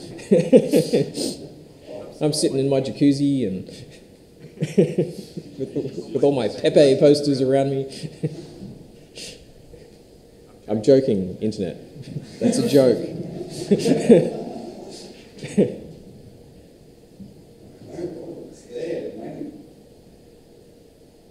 Are we going to set up a New Zealand branch? Are we going to take over New Zealand? That already exists. We're for Australia. Yep. Okay. You're not. That's fine. So You are a man of low aspiration. Is all I'm going to say. What is our that was a vision in joke, the context internet. of the international movement? I should say. Sorry? Yeah. So connection. How are we connected to the international movement? Are we a contributor to the International Pirate Party? Are we actively making? No, I know we're not. But that's. We left that organisation at that time, but in being the solver of problems and how we're doing that with solutions. What are we doing about it? Open. So when we replace dysfunctional, broken systems, we're doing it in a way that might even be global. Yes, correct. I agree 100%. And this is where we don't need to be thought leaders. If we see great ideas, we should pirate them. Yep. Or yeah.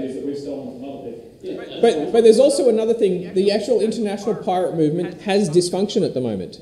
We actually have more need for those problems to be solved potentially than the other international pirate groups. So we will potentially be more motivated to solve them, and the other pirate parties potentially pick up on some of the solutions that we provide. We could become a solver of international level pirate problems. So we can become more than what we are as a client of the pirate movement. We can become seat at the table, driver and influencer of the global pirate movement. How do we see ourselves in that context? You don't? That's more of a side issue. Is it? Because the Australian Labor Party contributes significantly to the labour movement globally. The Communist Party of Australia does contribute to the Communist movement globally, not that significantly, but a bit. Where are we as far as the global pirate movement? Whatever that is. Is that part of any of their visions, or does it just happen? Well, but what's our view on it? Do we see that we just picked up this name and but we're not really attached to this thing that people are doing, or are we? I don't know. Look, we sometimes reference to what other pirate parties are doing overseas. We need to be the best that we can be for our country, not based on external influences. And then if international students say, oh, Pirate Party Australia are doing something great, then, you know, by all means, take that on board and use it for your country as well. But it's a feedback effect. Hey, us doing well, helps us do well. Them doing well, helps us do well. Is Australia.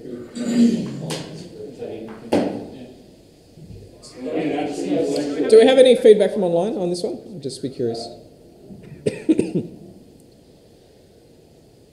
Comment that we have a communist party in Australia. We do. We've had one for a long time. It almost got Several decades. They certainly had Asian people watching. Oh, yeah. Now they're just Is it playing that we don't? Well, they were sitting in us for a little while, but then they got bored. Yeah. You guys aren't hacking anything. Sorry, we're not all Asian agents. Speak for yourself. We don't recognise. What are we up to? Well, we're just trying to nail down the final bits of a vision of how do we see it. So the current question is, how do we see ourselves in relationship to other pirate movements? Internationally influential. Well, has anyone heard the phrase fully automated luxury gay space communism? What? Yeah, I'll have to repeat that on the screen. Fully automated luxury gay space communism. I have no idea how those words. Is that safe for me to look What about if for a vision we want to be the benchmark pirate party that everyone else sets their standards to? So here we go. We want to be the international leader at the forefront of the pirate movement. All right, so I'm going to capture that as we want to be the benchmark or set the standards. Set the standards, probably. Yes, we want to be the standards. Is that we want to contribute rather than be a benchmark? It's a little bit that we want to participate. Oh, yeah, well, good for So contribute. We're on that.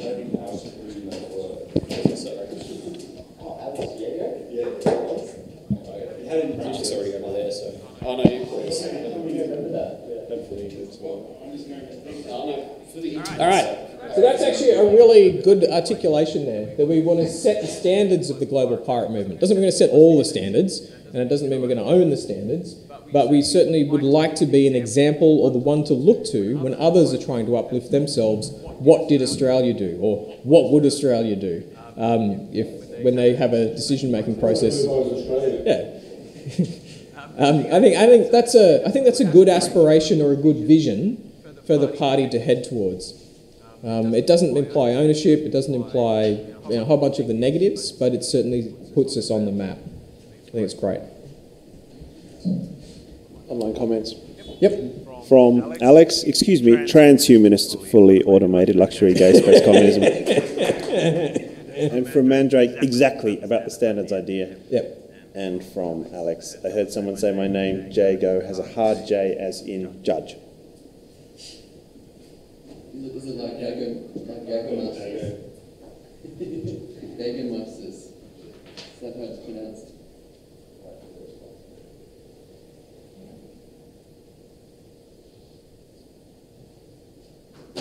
All right. Anything else? That's fine. Okay, so what I'll do is I'll explain a little bit on next steps so everybody has some confidence that the painful process of sitting through this and having to watch me through a webcam or in person will actually turn into something useful.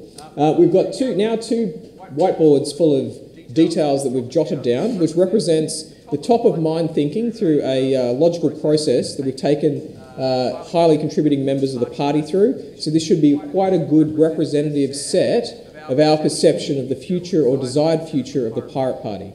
I will take this data down and I will compile that through a process into a set of documents, or a document that will have a set of content in it, and then cycle that around for feedback. I'll put a little bit of an explanation around it, and what I'd like to do is kick off discussion and debate for how we further that, and then how that is used to feed into our governance and decision-making processes for what is our strategy and how do we apply that when we're making decisions about what do we invest time, effort, priorities in, which is what governance and what the executive does.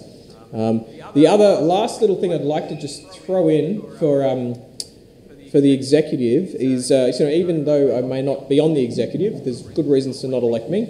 You know that you're guaranteed a position. Oh, right. Oh, I'm going to be on it, aren't I? Oh, yeah. Okay. All right. So in which case, I'm going to be on the executive. So, yes. Good luck. That's... Now I've lost my train of thought. But, oh, yeah, that's right. The executive exists not to do. Executives in an organisation should primarily exist to decide. So you shouldn't be doing things because you're an executive member, and you shouldn't be not doing things because you're not an executive member. It's actually the opposite. What I'd like to do is see the emergence of roles within the organisation, and roles means doesn't mean you're an executive member, but you're a doer. So we've got Twisty, for instance, who does a lot of stuff in the Pirate Bureau. So he's not in this instance taking an executive role. He doesn't have an executive role, does he? No. But it's kind of like a part of a bit of vision and a bit of doing and a lot of doing. Is it on the executive? He's not on the Is he legally accountable as a decision maker of the Pirate Party organisation? Legally. Right. So he's not on the executive. But he's part of it. Yeah. We feel he contributes a lot, but his role only exists because the executive created it or someone deputised it. We need to have more of that. We need to have people empowered to make operational decision making and to do things quickly because we have empowered them to do that. Not every decision, but also not every action needs to go to the NC. So there's a lot of decision making that we do, like approval of $600, for instance, should not be making its way to the NC. We should be allocating a budget of a set amount for things. Well, that's a different issue. There's two separate things there. But doing that enables the organisation to move faster. It stimulates people to contribute more, to feel more empowered. And so it's just a shift in our thinking. The executive should be less about the doing and more about deciding, and the party members, the rest, should be stepping up, some of the executive, of course, stepping in as well, to do the doing. And that's how it should be happening, in my view. All right, that's all. Please, go for it. So, just introduce yourself a bit with ISC as well. Hi, Anit. I'm a small business owner. I've been kind of trying to understand how legislature and executive branch works now, including how we discussed the gap between actual legislature, the time it takes to actually implement into the executive branch, and then etc. So what I was trying to kind of work for, or whatever, especially when we're discussing mission and vision, is to try and decouple the goal from time. Yes. Wherein the goal is not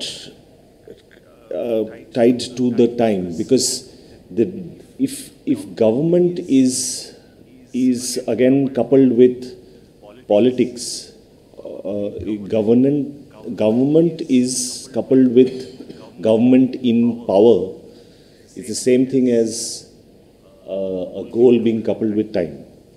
Now, if government was decoupled from government in power for the moment, and the executive branch was to use goal-oriented methodologies that were decoupled from a time or a deadline, because most of the capitalistic models, yes, yeah, right.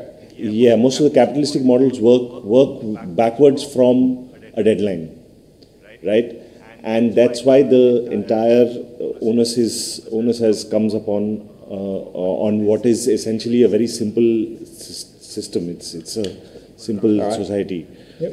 So if we were to have goals that were decoupled from time, in like, let's say, whatever, in 10 years we would exist in 10 years we would increase attendance rates, let's say, right? Or in 10 years we would, that's obviously not in 10 years. As we, at whatever point we would be increasing attendance levels, etc. So that's my, yeah. So what are your comments on that? Yep. So you're looking at the difference between planning and strategy. So planning is bound by time and action, which is what we've mostly focused on to date with the party. So we've been looking at what's the plan, what are we actually doing, what's the tangible outcome, and when. That's planning. So if you're a project manager, that's what you care about. But the role of actually governance is actually the translation of strategy, which is what we're talking about today, where strategy is actually at its purest form unbound by time, which is the point you're making. Your vision and, more importantly, your mission have no time frame. The mission is why you exist within all concepts of time. Doesn't matter when or where, as we understand it right now. So that will change as we understand ourselves better. But for right now, this is how we think we should exist in all time. So which is the point you're saying. So really what you're raising a point is the difference between strategic management versus project or detailed outcome management. And that's really, it's good that you're raising that point, but that's just a management methodology. So which is the sort of point that I was trying to raise a little bit earlier about the roles of doing. It needs to be done not by the executive. The executive is there to decide on interpreting this as to what we do, and then the doing and how we do it needs to be done by people that are not on the executive, which is the do. And yeah, that's basically it. So the next, I have I don't know if it's a follow-up question, but again, it comes into the category of career politician and not non-career politician. Right? And obviously we see if we put the individual at the center, because each individual is an individual. So again, his time, each individual's time is finite, right? Per week, right? So now we say volunteer causes, etc. Right? So similarly, there will be people with increasing amounts of A, engagement, B, purpose. Relationships, mission, vision. So what's the question? Excitement. To be able to get more and more involved with the party. So, what is essentially, what is the kind of, what do we hope to see as far as the mix of A, career politician, B, volunteer basis, within the parties, so that we have A, attendance, and B, the kind of project management mindset. So I absolutely understand what you're saying. So first off, Pirate Party is founded off swarm intelligence principles. So Rick Falkvine, who kicked off the original Pirate Party, big proponent of swarm intelligence, and that is leverage and use of the many aspects of talents of people and distributed snippets of their time to contribute in a swarm type way towards common outcomes. And that is one of the key differentiators of the history of the Pirate Party as it came out of that movement. Now, we have not embraced or used much of that here in Australia. I would like to see that changed, but we haven't. And that's a key part of our legacy and history. And it is a key part of economics in the future and a key part of human behaviour in the future.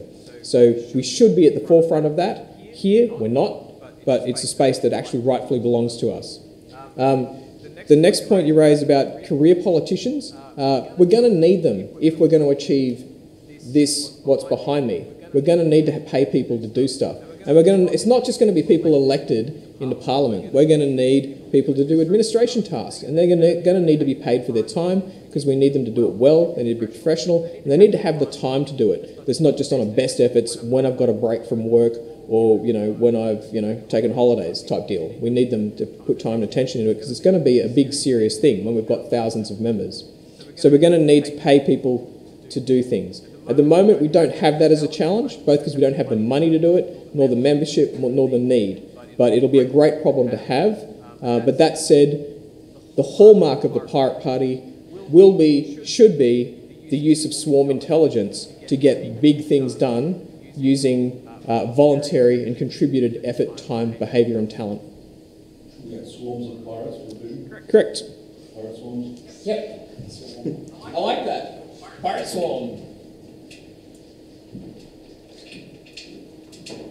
Okay.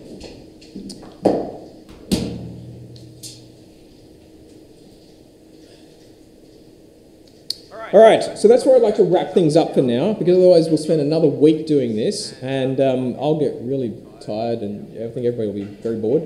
But as I said, the outcome of this will be a set of documentation that will be published and reviewed, blah, blah, blah. If there's any other further questions, either about method or clarifications on anything before I finalise this, now is the time, particularly for people online. If you want to chip in with your last couple of cents worth, we can jot it down, otherwise we'll close this section off.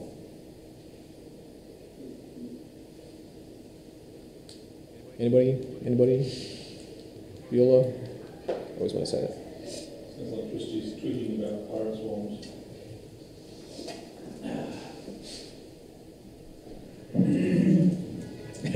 Twisty's probably standing out there with a roundup ready to spray. Anyway, okay.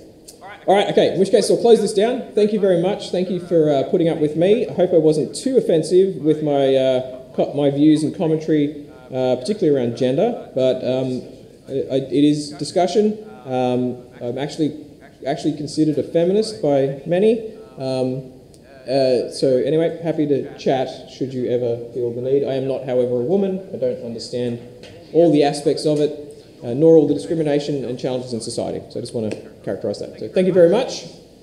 Let's move on. Who's next? From Alex, thanks to eDeity for running the session.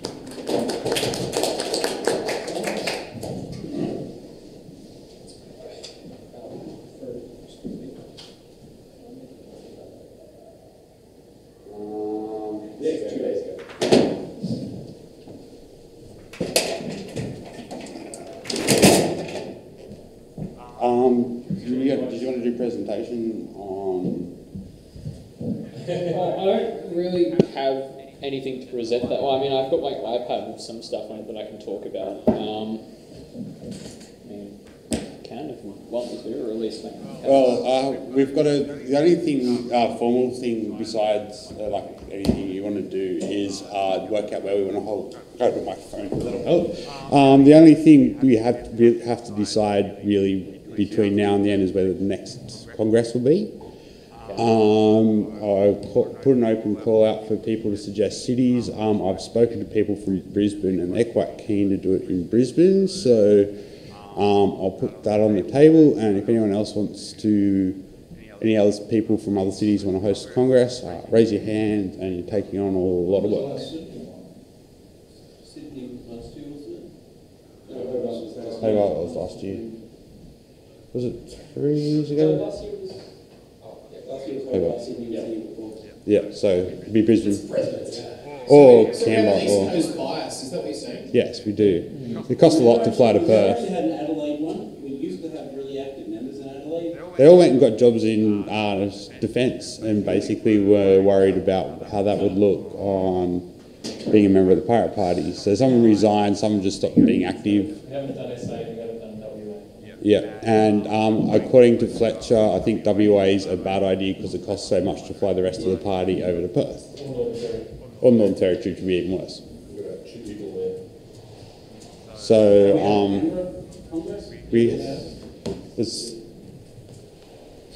that'd be Mark putting his hand up for that, and he spends half his time in Sydney these days. Yeah, I wouldn't recommend Canberra. There's not a very active pirate group there to build on. I don't think you get much attendance. But at the moment, it's Brisbane and Queensland that's got a good active going, so maybe we. I think that would be a good idea. I like Brisbane. Brisbane's good. And I just like that it'd be north rather than south, and possibly slightly less freezing. Hey, well, you suggested Townsville. Yeah. I was only joking. I'd be totally down for it. Put down on the floor. Yeah, that's true. Yeah, we're going to, next one will be in the Whitsundays. Very nice to walk. Brisbane. Congress on the beach. Noosa. You go to Noosa. Need to go further north. Mate, we could go to Yeppoon, Hong Kong. I saw a private sponsor to do so.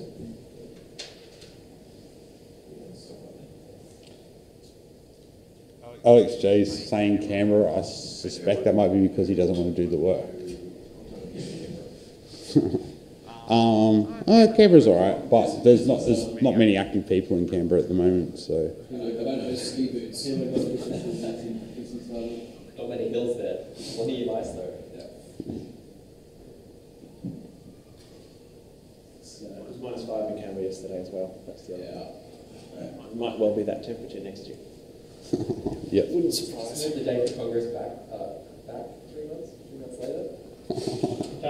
It's got to be in July.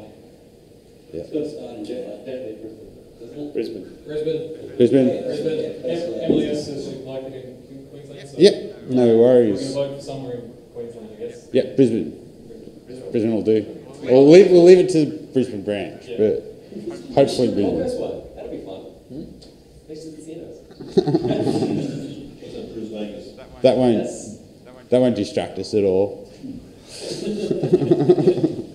All right, all those in favour of holding the next Congress in Brisbane?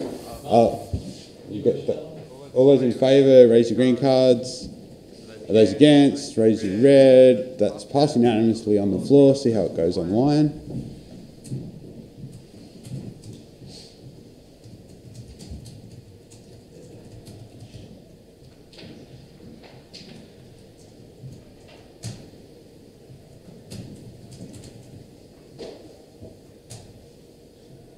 Okay, it's getting put to the vote online. I wonder how much lag I got. God damn it. Alex, you're not allowed to abstain. I'm going to veto Alex's abstention. I can't really veto that.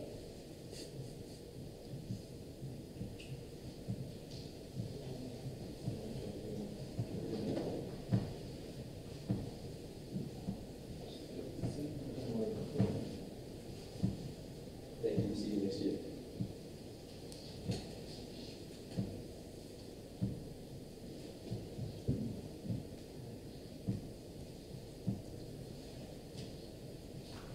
Okay, that's passed. So the next Congress will be in Brisbane, which is good. And that's the end of the official stuff for Congress. We're going to have a presentation from Jesse about job guarantee, I believe.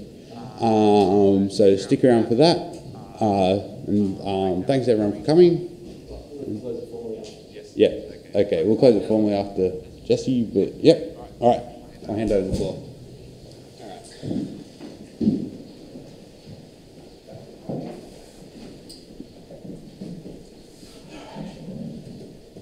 There are a lot of different ways I could try to present this, but I think a good way to start is a speech that I heard from Warwick Smith that he presented to the Right to Work Coalition, so I'm going to try and repurpose it for this. So please indulge me while I begin on a tangent. So when it comes to dealing with homelessness, I'm a fan of the Utah policy, provide the homeless people with homes. It's a pretty radical and direct solution to a direct problem. Here in Melbourne, with some commendable exceptions, the policy debate around homelessness seems to focus on where they should or shouldn't be allowed to sleep and to what extent to enforce laws against begging and loitering. Actually solving the problem of homelessness by providing people with homes is for some reason a radical proposal. It's very interesting to me when the most obvious and direct solution to a problem is seen as radical and unimplementable. I'm standing here today to talk to you about an equally crazy idea, solving joblessness by giving people jobs. Firstly, I'd like to point out this is not my idea. I'm only a proponent or a messenger. The brains behind the notion of a job guarantee included Hyman Minsky, Randall Wray, and Australia's Bill Mitchell. None of them obviously can present this message here, so I will do it on their behalf. But the idea of a job guarantee is that if you're willing and able to work, the government will give you a job. The job would be funded by the federal government but administered by local authorities. Jobs would most likely be conceived of and planned locally, performing tasks that are beneficial to the local community but would not be provided by the market or just aren't as it currently stands. Such jobs would be primarily involved in the provision of so-called public goods. In economics, we define a public good as something that is non-excludable and non-rivalous, meaning you can't produce a public good. When you produce a public good, you can't exclude people from its use, and it's non-rivalous, meaning consuming it doesn't reduce the benefit to others in the process. Classical examples are clean air, national parks, other environmental goods. I'm a firm believer in the value of the history of the field of economics. I reckon we can learn a lot by listening to economic historians than looking at the output of modern econometric models. Models have their uses, of course, but when it's available, give me the real world any day. A commitment to full employment through direct government intervention is not entirely a new idea for Australia. Policymakers in the 1940s will be very familiar with this conversation. In the 40s, there was an explicit acknowledgement of the benefits and costs of a market-based capitalist system. While the benefits were thought to far outweigh the costs were not whitewashed away, nor were those who bore the costs, such as the unemployed, shamed and blamed as they are today. It was openly acknowledged that in a capitalist monetary market economy, there will be pretty much by definition winners and losers. Some will do extremely well, and some will do extremely poorly. And the only way that a rising tide will lift all boats is through government intervention and redistribution. Thinkers and policymakers of those times had all lived through the Great Depression and the Second World War, and the contrast left an indelible mark on them. The Great Depression showed the dangers of unregulated capital and free markets, while the war demonstrated the power of the state to fully employ the productive capacity of the economy. The Great Depression. Triggered by the financial crisis in the United States, the Great Depression hit Australia very hard. Initial policy responses across the globe included the raising of tariffs and implementing financial capital controls. These protectionist measures were largely blamed for the rapidly deepening recession in what had been a highly trade-linked global economy. Unemployment in Australia peaked to about 20% during the Depression years, and this is an average figure. With unemployment in some parts of the economy and for some demographics, such as young school leavers, being much higher. During the Great Depression, when domestic economic conditions were very weak and tax receipts were falling very quickly, the federal government cut back on spending. This was the policy orthodoxy of the time, treating government like any other economic entity that should adjust spending according to revenue. The result, obvious with hindsight, was that government spending exacerbated the crisis by further reducing demand. This depleted government revenues further, resulting in greater pressure to reduce expenditure in a vicious cycle. This is what we now call austerity, demonstrating that many people do not, in fact, pay attention to history. World War II. On the trail of the recovery from the Great Depression came the Second World War. This turned out to be another critical phase in the development of employment policy in Australia. By 1943, close to 2/3 of the available labour force were employed either directly in the armed services or in supplying the Allied forces with food, clothing, transport and administrative services. This left a dramatic shortfall in labour for the rest of the economy. Rationing and price controls were partially used to address the impact of labour shortages, but the most substantial change was the increase in the participation of women in the workforce. The efficiency of the economy at full employment inspired employment policy for decades to come. A small group of economists in the Commonwealth's Financial and Economics Committee, trained in the new Keynesian economics, was extremely influential in planning for peace during the last years of the Second World War. During the war, they had observed the capacity of government expenditure to eliminate unemployment and saw no reason why this could not be replicated during peacetime. The post-war boom. Keynes and the White Paper on Full Employment. It was this experience that led to the remarkable 1945 White Paper on Full Employment, which you can search on the internet or I can provide some other day. In the White Paper, the government acknowledged that unemployment arises as a result of insufficient private demand for labour.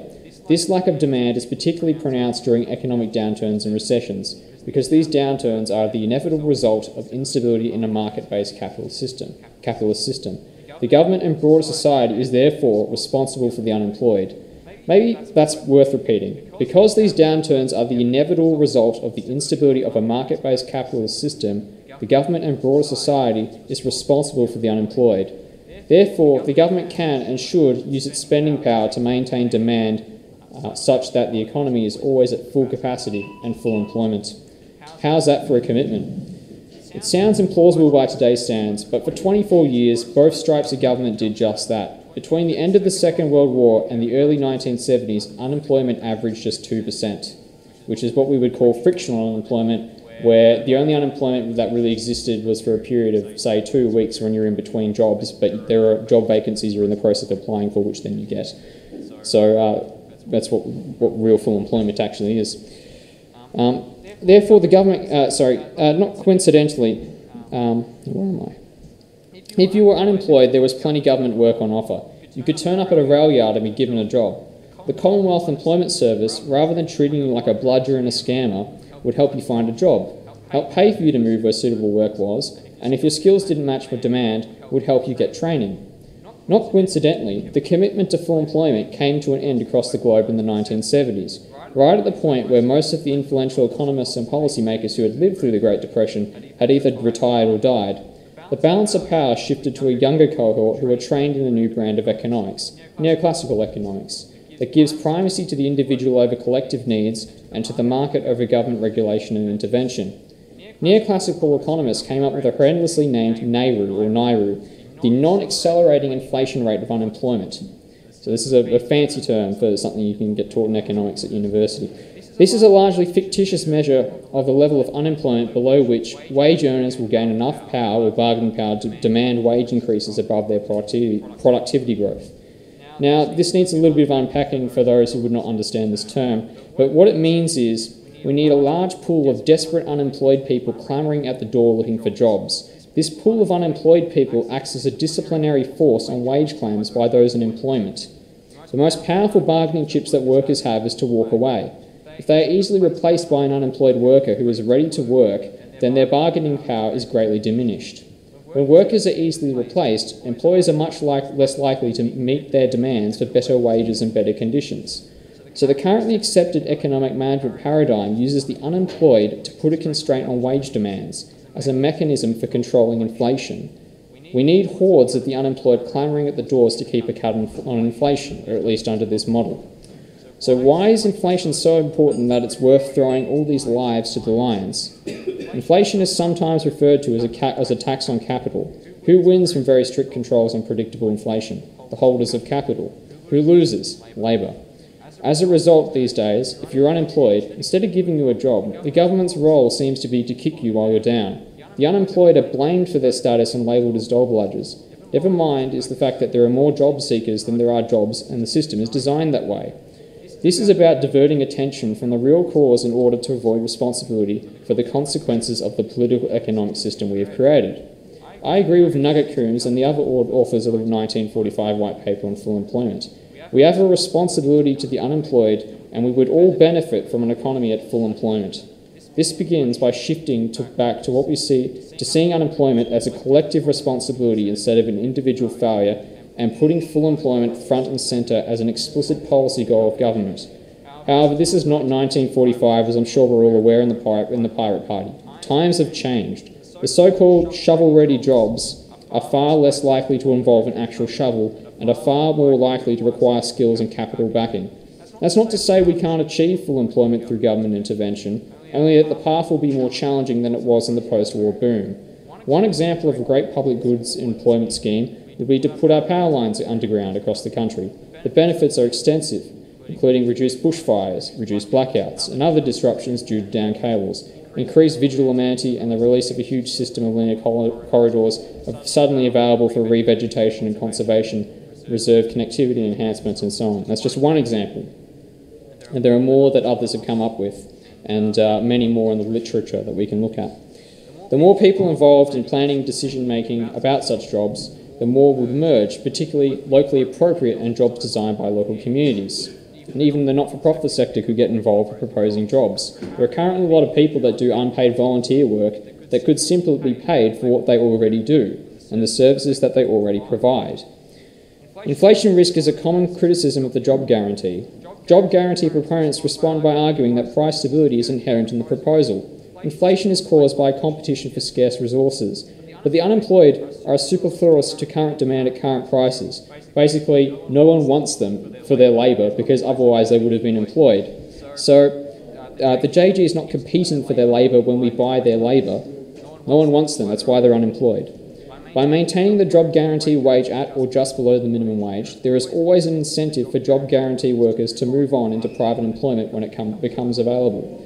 Workers who were once unemployed and now in the job guarantee would have more income and demand more goods and services. This would prompt an increase in supply that would pull more of the job guarantee workers into the private labour market in order to meet the new demand.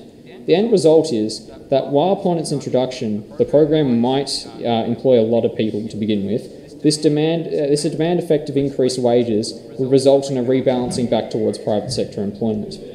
All of that might work well when the skills required to meet the increased demand for goods and services can be supplied by these job guarantee workers. But if there's a substantial skill mismatch, as may be the case with upcoming robotics and artificial intelligence, then these problems may arise and inflation may be driven up. None of these issues are deal breakers for a job guarantee. It just needs to be considered and taken account into planning and policy. Again, the 1945 White Paper explicitly acknowledged all of these issues, and the government committed itself to using all means at its disposal to maintain price stability in the face of inflationary pressures caused by full employment. Some of these means are no longer available or have reduced capacity, such as rationing and protectionism. However, others are still available and currently underutilised. That said, it's important to note that they didn't give inflation targeting nearly the same importance as we do today, and inflation was more volatile than it has been since the establishment of the RBA, the Reserve Bank, and its inflation targeting mandate. I would argue that, once again, we can learn something from history.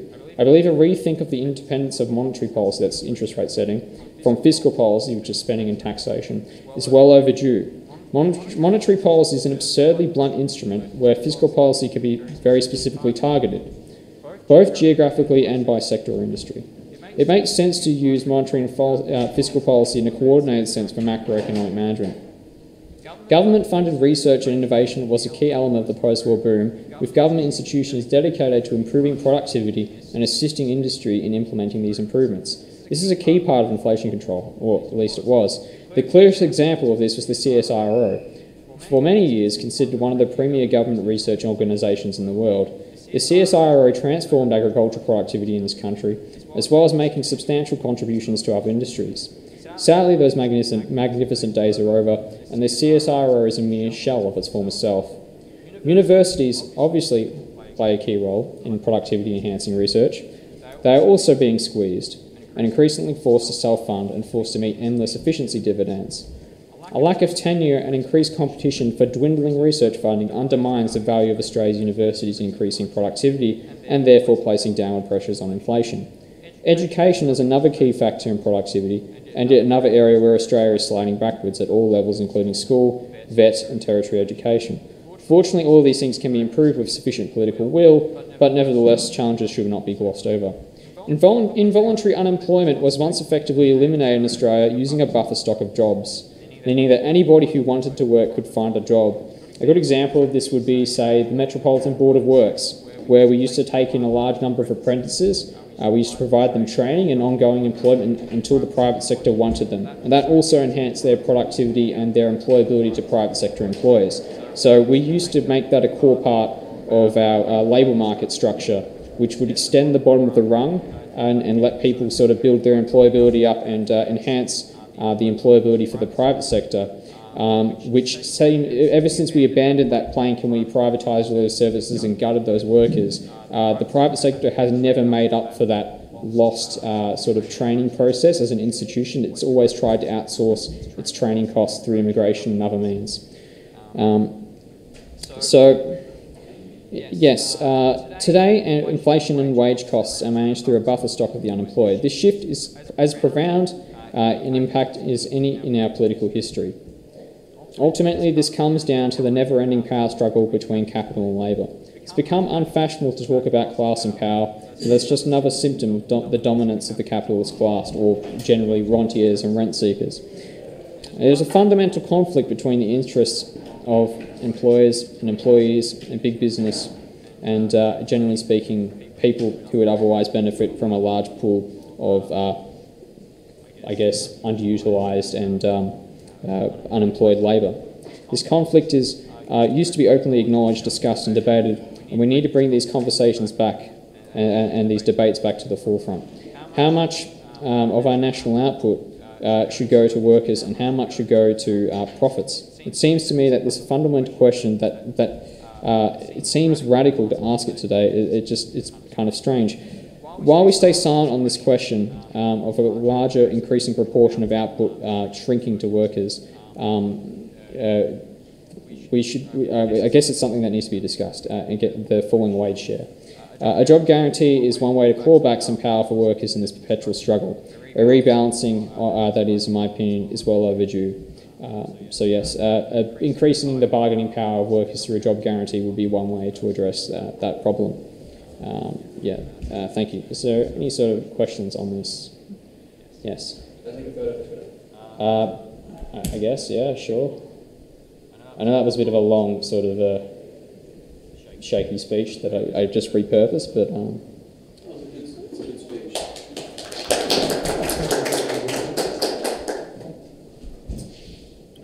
Perhaps a question? I've noticed quite a lot of young folks lately complaining that they come out of university and they can't get a job because they don't have any experience, and they can't get any experience because they can't get a job. Exactly. Very common phrase today that I hear that I didn't used to hear. Do you see that as being a characteristic of the situation you're describing here? Yeah, I would say that's a big part of it. So because we've really diminished the role of government in, I guess, creating the first sort of step on the ladder to employment, on the rung of the ladder of the system, so to speak, in the labour market, we're increasingly seeing this problem of people without the experience or any sort of, entry into the labour market. And then even then, there isn't a lot of demand for their employment. So the skill shortages, from what I last seen, have plummeted for professionals, and the only area we seem to have what resembles skill shortages seems to be in trades, surprisingly. And I would blame that on the large gutting of TAFE over the last decade or so. So that's a big problem. But yeah, I mean, we used to have a big publicly funded research. I do have a follow-up on this as well, if I can centre in the continue. CSIRO, so I would say that is part of the problem. Okay, just my follow-up on that is that perhaps when that was happening originally in that sort of post-World War II era, majority of jobs were very manual anyway. Now it's very technological, and so I see a lot of people in tech kind of degrees and things coming out and can't find a job. Same story though. And yet the job guarantee, if that's supposed to not clash with existing private market things, how does that relate? How do you have a job guarantee kind of job that gives you initial experience in a profession that should inherently be a private market thing, most likely, I expect, but how does that work? Right, well, just because the job guarantee pays a base wage and provides jobs for those who want it, doesn't mean it precludes the use of people's skills and based on what they have the potential to do, assigning different responsibilities. So you can still have that dynamic of making use of people's skills, even if they're territory trained in different aspects in, I guess, the management of different programs and what they can do based on those jobs. So that is something that can be worked into the program, I suppose. These are all different things you can consider in policy design, but worth considering. Yeah, I'm not sure if I'm going to end up with a question in this. I guess I'm just kind of trying to think things through, and I'd be interested in seeing some of the modelling, because this you could say that our universal basic income is a job guarantee where the job itself is just spinning gears, doing whatever the hell you want. Yes, I'm aware of that criticism. However, I think that's not a criticism. Oh, well, just a comment. Yes, it's just sort of a point along a spectrum. Yeah. Okay. At the other end, a job guarantee could be we will make something that is perfectly suited to your current skills and growing those skills. Yeah. Then I guess there's a whole lot of stuff in between about jobs that are partially suitable, not that suitable, and how much they could pay versus how much you could get just under a UBI.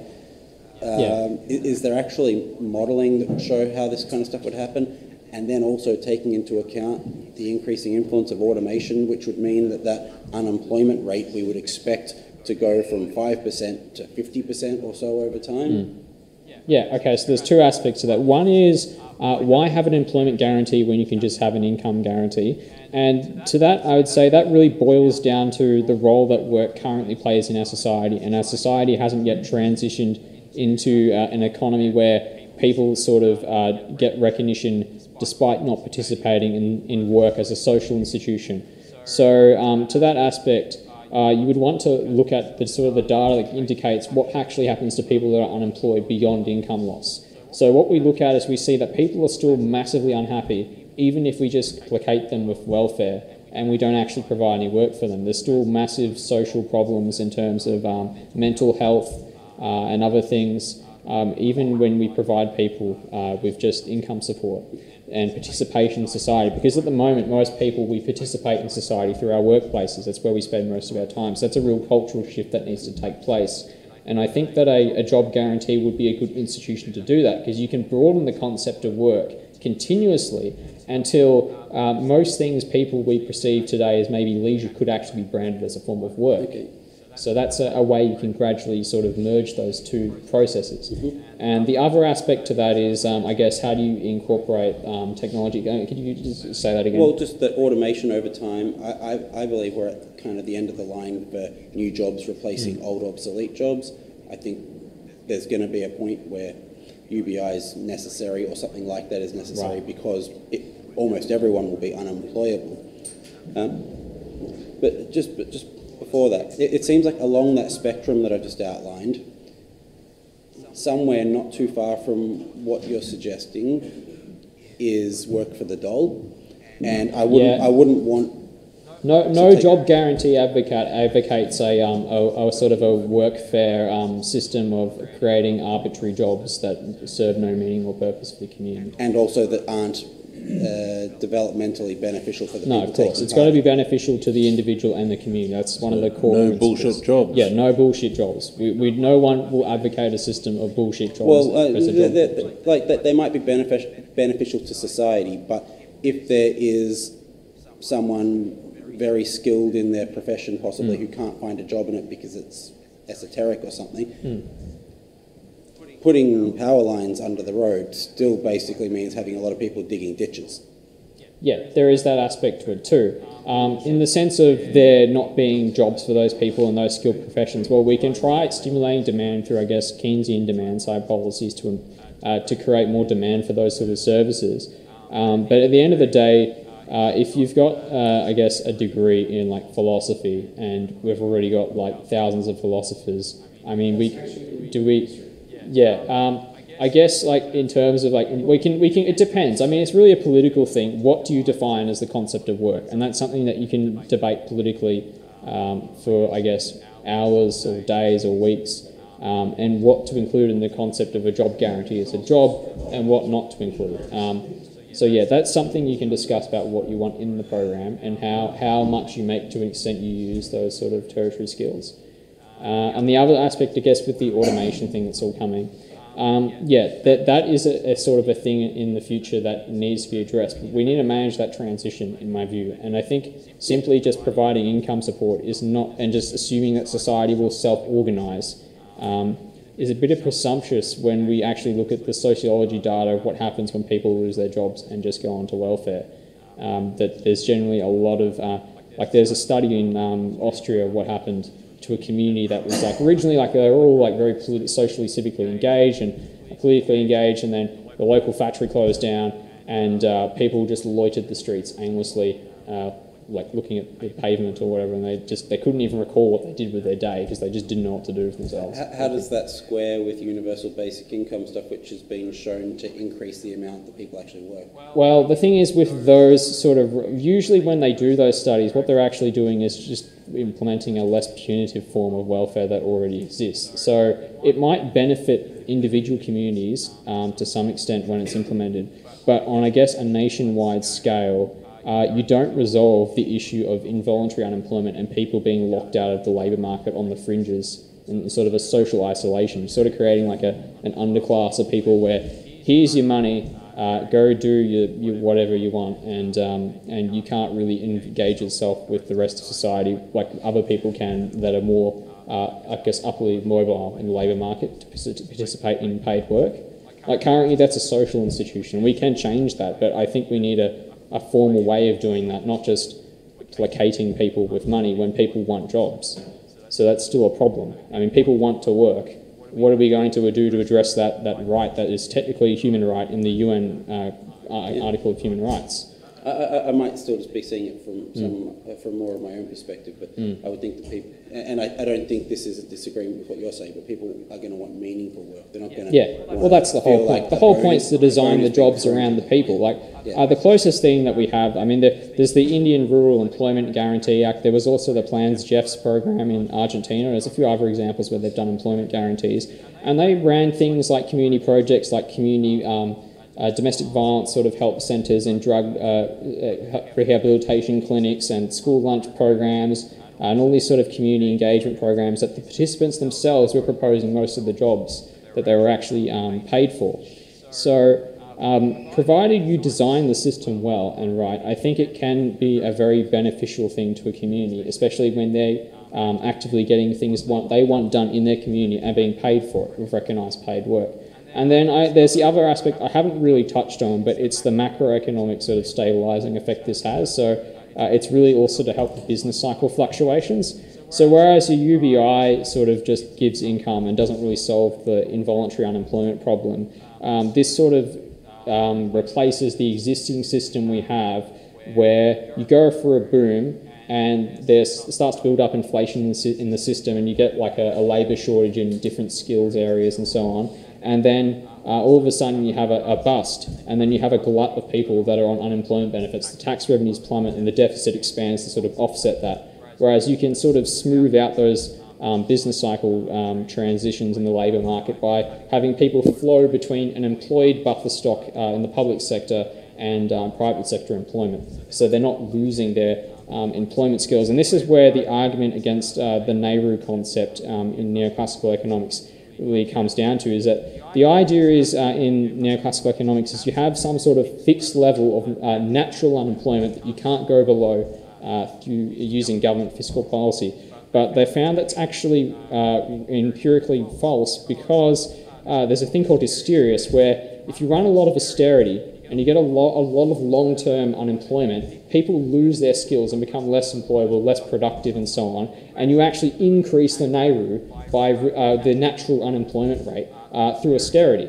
Whereas if you do the reverse and you run a very high-pressure economy with lots of jobs available, a lot of job placements, and people are more participating in the labour market, they actually improve their skills and the so-called natural rate of unemployment, which induces inflation, is actually reduced. So the whole idea of a fixed natural unemployment rate is completely useless because it's actually influential through government policy on the demand side. So that's an aspect of the job guarantee that I guess is also very important because it's a macroeconomic tool for, I guess, making the most use of all your available labour. Like, it strikes me as bizarre where we have people arguing that we have to raise the retirement age to 70 because we need people to sustain themselves more through retirement. But then we have a huge, massive pool of underutilised labour in the form of young people that can't get jobs and even other people generally who are underemployed and aren't working enough hours. So we have all these people that can work and can be increasing national output, but at the same time it's like, oh no, but we can't afford to cater for this growing age population, which I think automation is going to help a lot with. So I think there's a really weird dichotomy there that hasn't sort of gone through a lot of people's minds.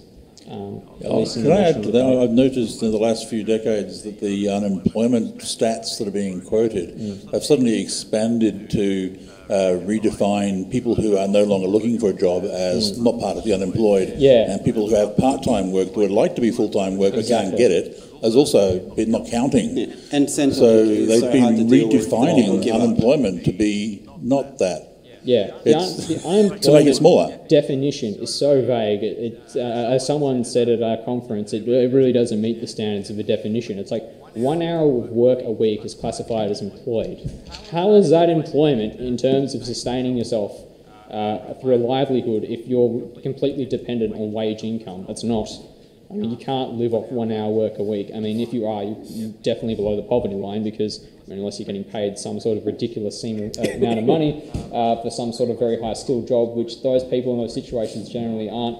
Yeah, there's like a massive labour underutilisation of Australia. Roughly 14% of the labour force is either unemployed or underemployed, as well as a massive decline in the participation rate from what do they call them? Discourage job seekers. And on that comment about Centrelink being a real pain in the ass to deal with, that's a deliberate sort of a punitive thing to, I guess, to keep the unemployed in their place. And that's part of my future work I want to do with the Australian Unemployed Workers Union, is around that sort of stuff as well. Yes, Luke? Sure. Yep. Have they been waiting 15 minutes? This will be interesting. Some of them. So Jed, comment, it's a fun fact that 95% of supposed entry-level tech jobs, for example, are still listed as wanting at least 2 years commercial experience. That's slightly an older one. And then from John August, the Pirate BMI, which must be basic minimum income, is part of an integrated tax welfare system where if you have interest-bearing assets channeled through the neutral point, it cuts the Gordian knot about superannuation, different assets versus the pension and so on. Interesting. And also on that, what was the first comment again? Sorry, can you just read that again? I had a point that I was going to say. Oh, yeah, that's right. The entry requirement levels for like jobs, you need experience before you can get work. Now, the thing is, when you run a very high demand pressure economy, what you actually find is the employers are so desperate for labour, they will take in people without experience and train them because they need the work. And that used to happen where it's like the experience so much for the employers wasn't a problem. They would try and bid for your labour even if you didn't have the skills. So it's like, okay, look, we need the workers. Taking these people, even if they don't quite have the skills yet, we'll give them the training and then we'll employ them in the capacity we need. Because if you put that pressure into the system, where the employers are competing for workers rather than workers competing for jobs, you find that situation reverses, where you've got employers demanding even unskilled labour so they can train it and make use of it because they're that desperate for more labour to meet their demand for their products and services. Yes. Right. Okay. So, national service. Effectively, what you are proposing is national service. Well, national service is the inscription. Just with a hipster dash of paint and a slight repurposing of what it is, of the name of what it does. But effectively, you're giving people meaningful jobs that do things, that have method, contribution, societal roles, but it's national service. In a sense, I guess the more right-wing leaning people that want a sense of community and stuff and the development of national spirit, you could try and put that spin on it. But the point is we're offering people an avenue to directly improve their lives through employment and giving them that choice. I mean, if you don't want to participate in the program, we have a UBI policy which explicitly gives you money to sustain yourself. So there's no need for anyone to be compelled to enter into a job guarantee under the Pirate Party platform. But I think it's a very useful complementary policy if people want work and they want to, I guess, improve their future potential capacity and be participating in the labour market. This is a good avenue, at least as a transitional institution, to cater for that need. And you could drop out with no notice because you found something better, right? Exactly. So part of the important design of the program is to make it very flexible in its entry and exit. So you can just go and apply for a private sector job without getting the fear of being knocked back. Because if you're knocked back or you don't like the offer because the employment conditions aren't good enough, you can just refuse it and go back into the job guarantee program. And in that sense, you also put pressure on employers to raise the bar in terms of working standards and conditions, because if you've got a program which sets a floor on the minimum wage and the working standards and conditions, then employers have to raise their standards in order to entice people out of the program to make it worthwhile. And they can do that with higher wages, but generally speaking, if you've got like a really dangerous job or something like that, people are going to go, oh, I don't really want to do that, so they'll have to try and either raise those standards or compensate higher in some sort of capacity. So it basically eliminates any sort of exploitation of workers in the gig economy as well without any direct regulation. You don't need to directly regulate these things. If you've got a sort of a safety net, so to speak, that basically means that employees will naturally have enough bargaining power to demand those sort of fairness in employment built into the system. The reason why I raised the national service example was actually from a thought exercise perspective. America actually uses its armed forces to do exactly what you're describing as a job guarantee for a certain segment of the population. Yeah. And we in Australia used to have that as well. And it did actually meet the purpose of what you're describing the job guarantee does. This was a de facto policy between 1945 and the mid-70s where we would offer public employment to those who wanted it. It just wasn't, like it was in the white paper and in the policy documents, they just didn't explicitly call it a job guarantee. No, they gave them a rifle. Well, no, not a rifle. I'm talking about like the Commonwealth Employment Service, the Melbourne Metropolitan Board of Works, all the utility companies. I mean, I don't believe we need to have a war and make bombs and tanks in order to give people jobs. Yeah, the military is not a job. It's not a 9-to-5 thing, and then you go home and you don't like your boss, so you quit. Like, it's trivially similar. It's also about war and conflict, and we don't really need to make that a growth industry. I mean, I find it really inherently depressing that we have to be pushed into war for these sort of policies to become realizations under the public and go, oh, we can actually employ people. And we don't need to actually like make bombs and tanks and planes and things to find meaningful work for people to do. Like we can put men on the moon and we can innovate driverless cars, but we can't innovate productive jobs for people to do. It seems kind of perplexing to me. So the point I was trying to make is that if national service was not actually a negative and it was a positive, what would that look like? And it would probably have nothing to do with carrying a rifle. It'd probably have a lot to do with planting trees, and it probably a lot to do with infrastructure and a lot of things like that. And it could be approached in that way. But that is something that I think that a very large section of Australia would definitely get behind. Australians generally respect the dignity of work and people who, I guess, work to put food on the table. That's always been in the cultural psyche. Like, especially now with the rhetoric with dole bludgers, I guess it's like, oh, well, they're just loafers. But if you give people a job, you can't really say that because they're actually doing something. So they're employed. They're no longer in that system of not contributing, so to speak. In the sense of national service and fostering community spirit, I think that would also be a very good way to deal with the refugee sort of problems, the debates in terms of also assimilation and integration of different immigrants in society. Because if you've got a program, because part of the criticism is, oh, we get these people that come here just for the welfare, and they don't participate or contribute, they don't get jobs or anything, but you come up with the real problems that they have in the labour market, like language barriers and so on. Whereas if you create this sort of program, you create a real sort of possibility for integration between different people and providing dignified work that these people can participate on. They can actually sort of improve their skills and get more involved into the Australian community. I think that would also really benefit on that side of things as well, in regards to that sort of national service aspect, those sort of positive benefits. Yep. A lot of what I was going to ask is being covered. I think, like, I sort of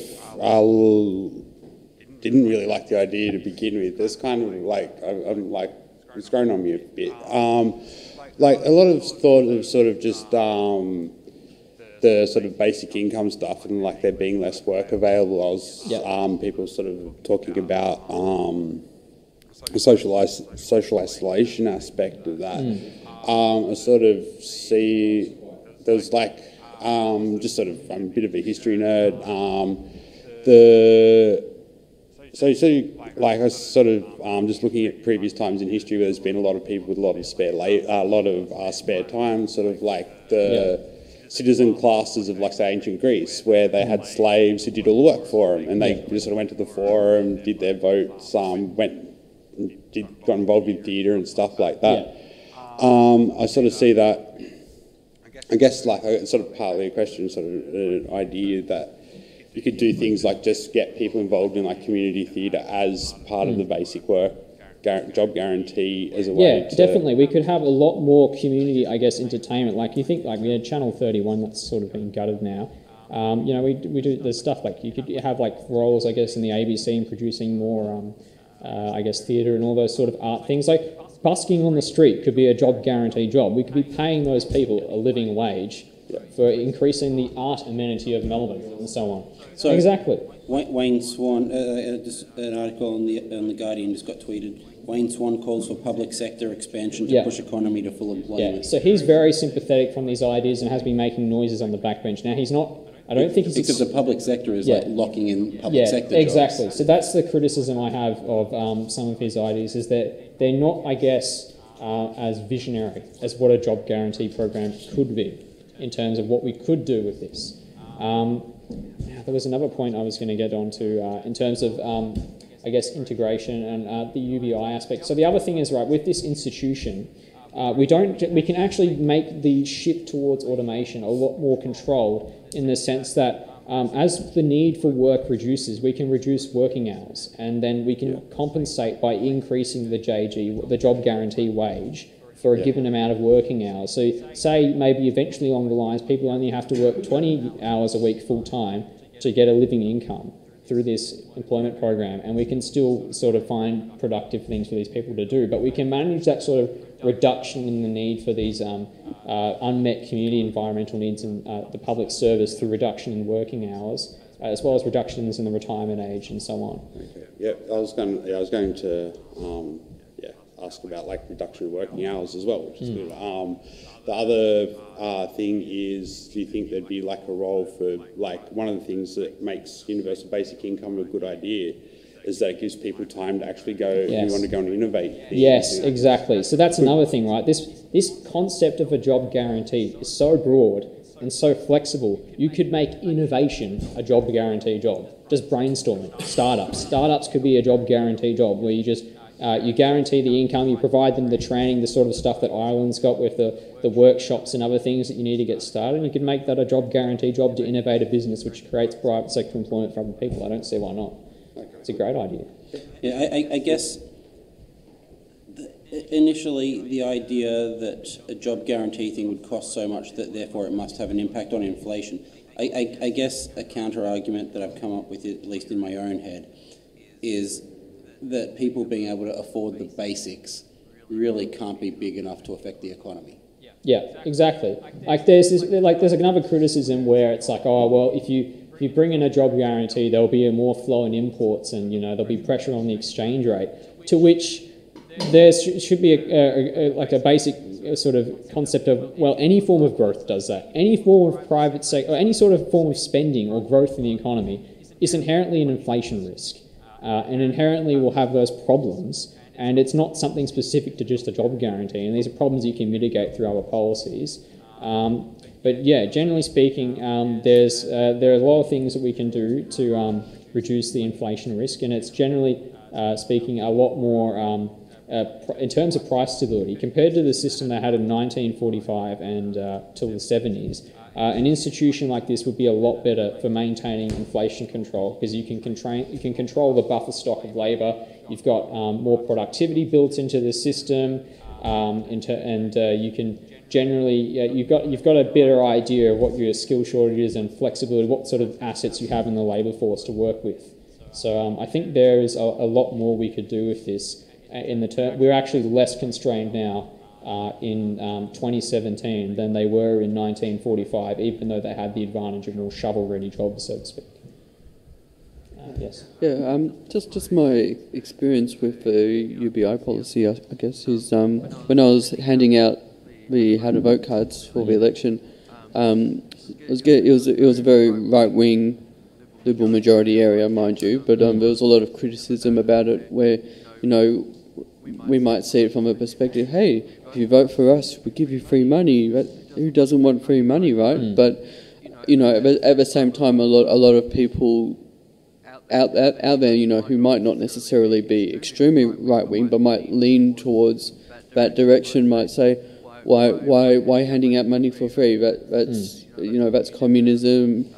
These people, where's their incentive to work? They'll just be a bludger all day, and that sort of thing. And I see from the existing policy, I haven't read it again recently, but I'm not sure if there's anything in there in its current form to sort of safeguard against that sort of idea, or have a rebuttal for that sort of thing. Is that something that we could be looking at throughout the year? Or?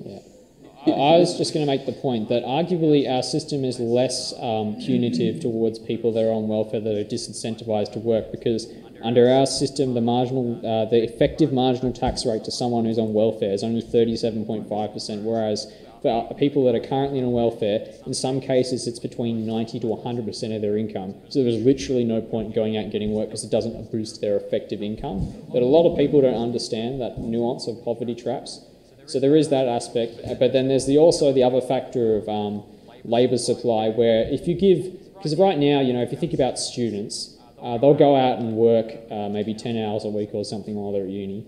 And studying for some sort of income, whereas if you give them a basic income, they'll probably drop out of the labour force entirely. So the labour force, I guess, effects of a BI nuance, but generally speaking, yeah, it does cause the labour. Or at least the argument in the BI literature is that the BI does reduce the total labour force. Like you get a drop down in the participation rate, and that can be inflationary. So there is that issue, but as I understand in our BI policy, the amount's only equivalent to the pretty poor, below the poverty line, New Start payment. So if people want to live off New Start equivalent money, which I think is a pretty poor way to live, well, sure, society can, I guess, if we want that, then okay, they can go do that. But we can also offer them a job above the poverty line that is decent paying and provides decent working conditions as well as an alternative to that. I think that would be a lot more palatable because, how many people are going to want to live in that circumstance? It's significantly better than New Start, though, because it doesn't come with the obligations. Yeah, exactly. At least there's that aspect to it. So, and I agree. So that is an improvement, definitely over the current system. So my general view is that, yeah, this is a good thing, but we can improve it if we have this complementary policy. And then we can say, well, look, yeah, some people might take the free money of $14,000 a year, but do you really want to live off $14,000 a year in the middle of nowhere, just paying for your rent and your basic food and not going anywhere in life, when we can give you, say, a $35,000 a year job or something in a job guarantee program where you get training and so on, and you can become more employable and eventually enter private sector employment, that sort of stuff. Just an online comment from Alex. Snowy Hydro was Australia's biggest integration scheme, which is, I think, goes back to the talk about migrants. Yeah, definitely. This is what actually helped maintain some of the highest immigration flows into our nation, which is an immigrant nation, is because we had a full employment policy. It really facilitated integration into Australian culture through the workplace and I guess through participation in building the nation, what was effectively nation building. And I think through something like this, we could return to that and restore confidence in immigration, as well as if we understand, that our government is resource constrained, not financially constrained, because it's a currency issuer, we can also get along with more of the infrastructure programs we need to improve productivity and deal with the explosion in population we're currently experiencing under immigration. So if I understand right of what you're saying about UBI, is that essentially that it's the same as what, say, a dole bludger would be getting at the moment of someone who has got obligations to work but, skirts around it. Under current Pirate Party policy, that's what it stands at roughly. It's about $14,000 or something. It hasn't been updated for inflation. Yeah. So, I think we might have to update that in the Policy Development Committee.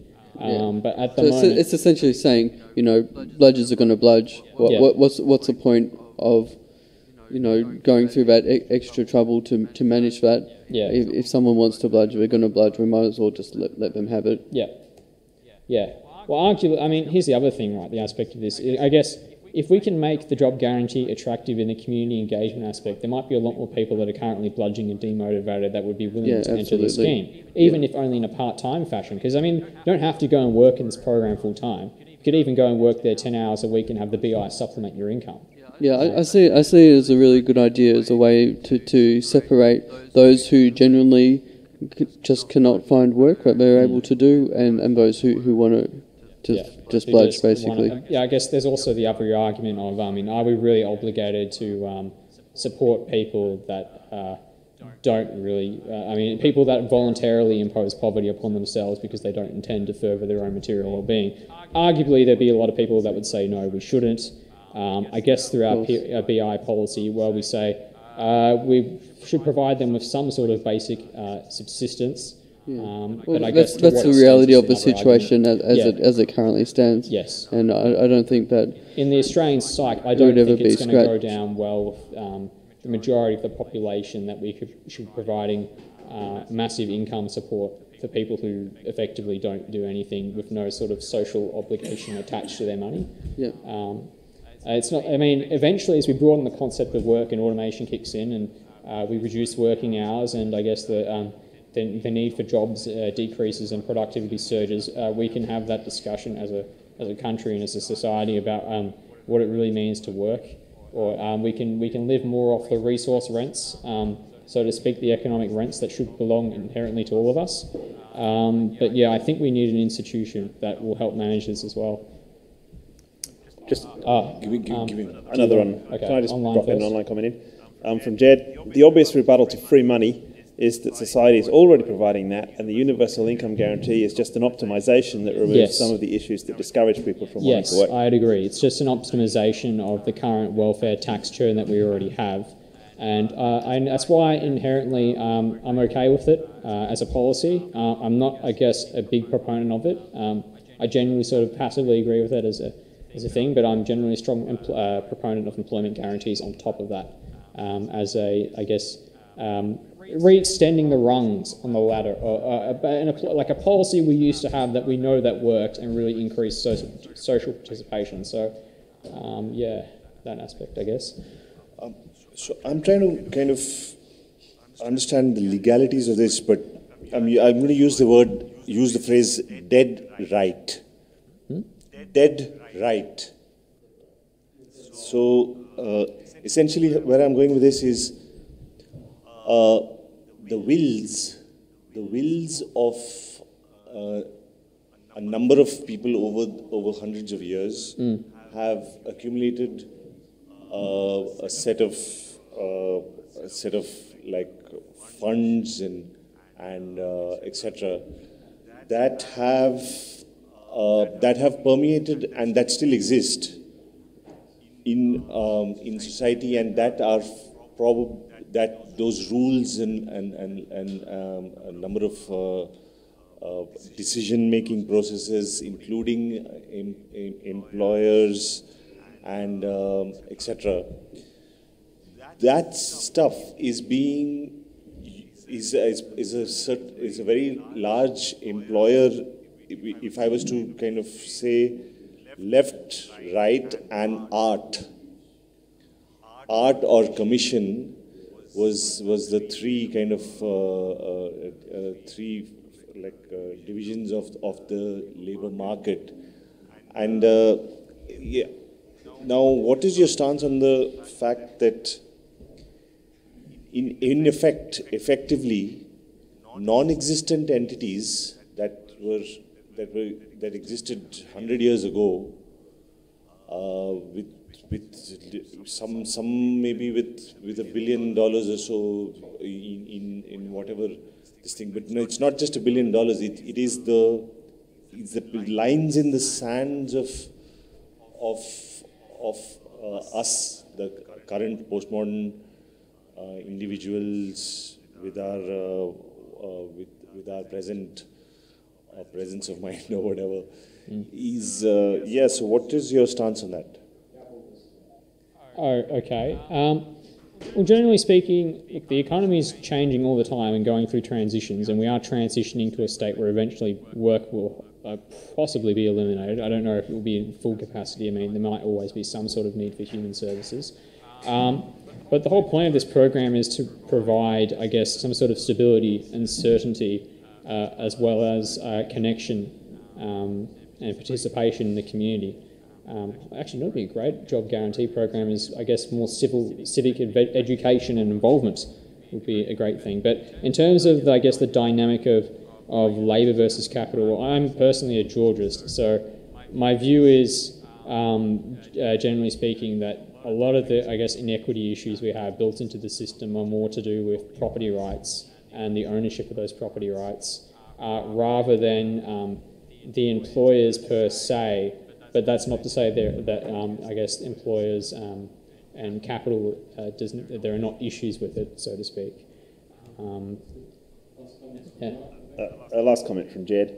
The current income guarantee policy rate is approximately the same as New Start. Yeah. So that leaves quite a lot of room between that and minimum wage to fit a job guarantee policy. Yeah, definitely. And not only that, I mean, there's also the debate of, like, as it currently stands, it'd be pretty easy to just introduce the job guarantee at the current minimum wage, and then we use the minimum wage setting process to set the de facto job guarantee, well, the de jure job guarantee wage, which is the de facto minimum wage.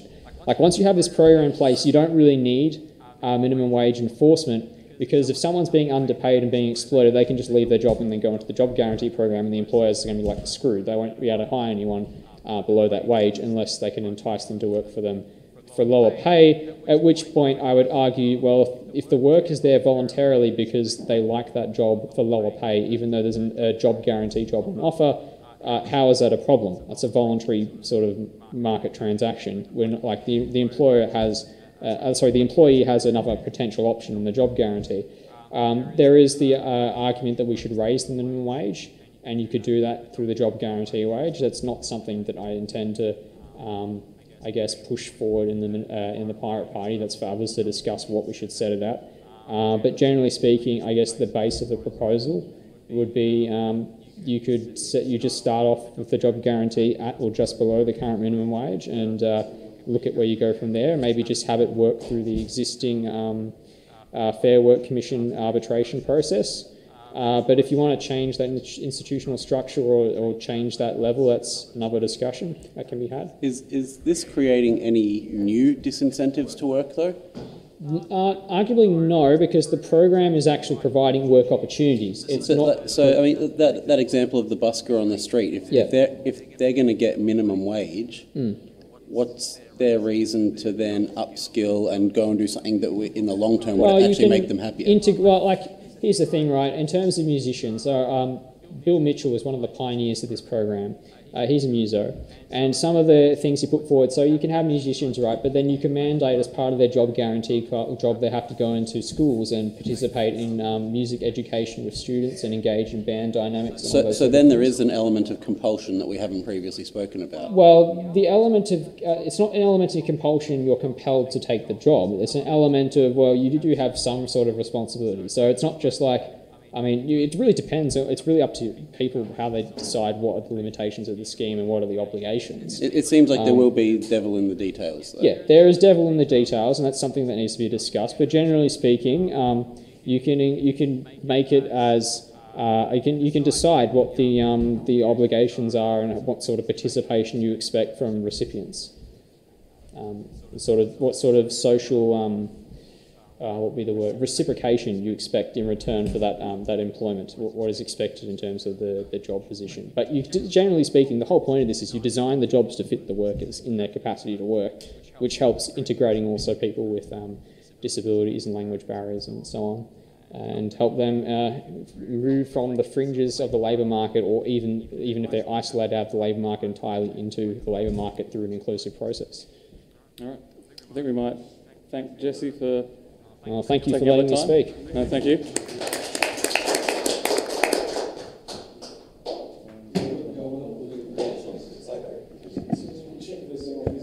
All right, is there any more business for anyone? If not, we'll adjourn the Congress. Yep, we'll adjourn the Congress until the end of the vote. So, I'll use that mic. Hi folks, just a quick announcement, which we can thank Twitter for. I just want to announce that the Pirate Party International has been accepted for the UN Economic and Social Council as a special consultative NGO member as of 2 days ago, which I understand is a big milestone. So congratulations to them, and just on the subject of the international pirate movement.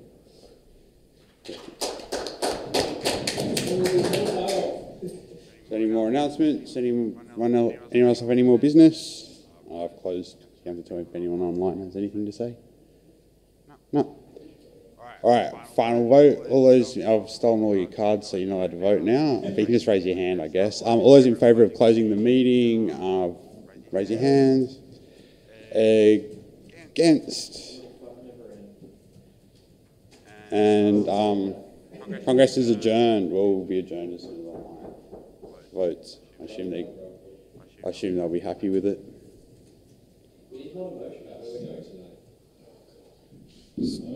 Beer? The one we went to last night was cheap. Oh yeah, Yeah, so not cash that only. Go place. down the downstairs one that's. It was the other cash side of the only and road. it was ridiculously expensive. Yeah. All right. Oh. Thank you to Crafty for organising all the gear and stuff and not stuffing up the venue too badly. Thank you to the initial conditions of the universe for allowing us in today. Yeah, and I'll call Good Online. All right. Congress is adjourned.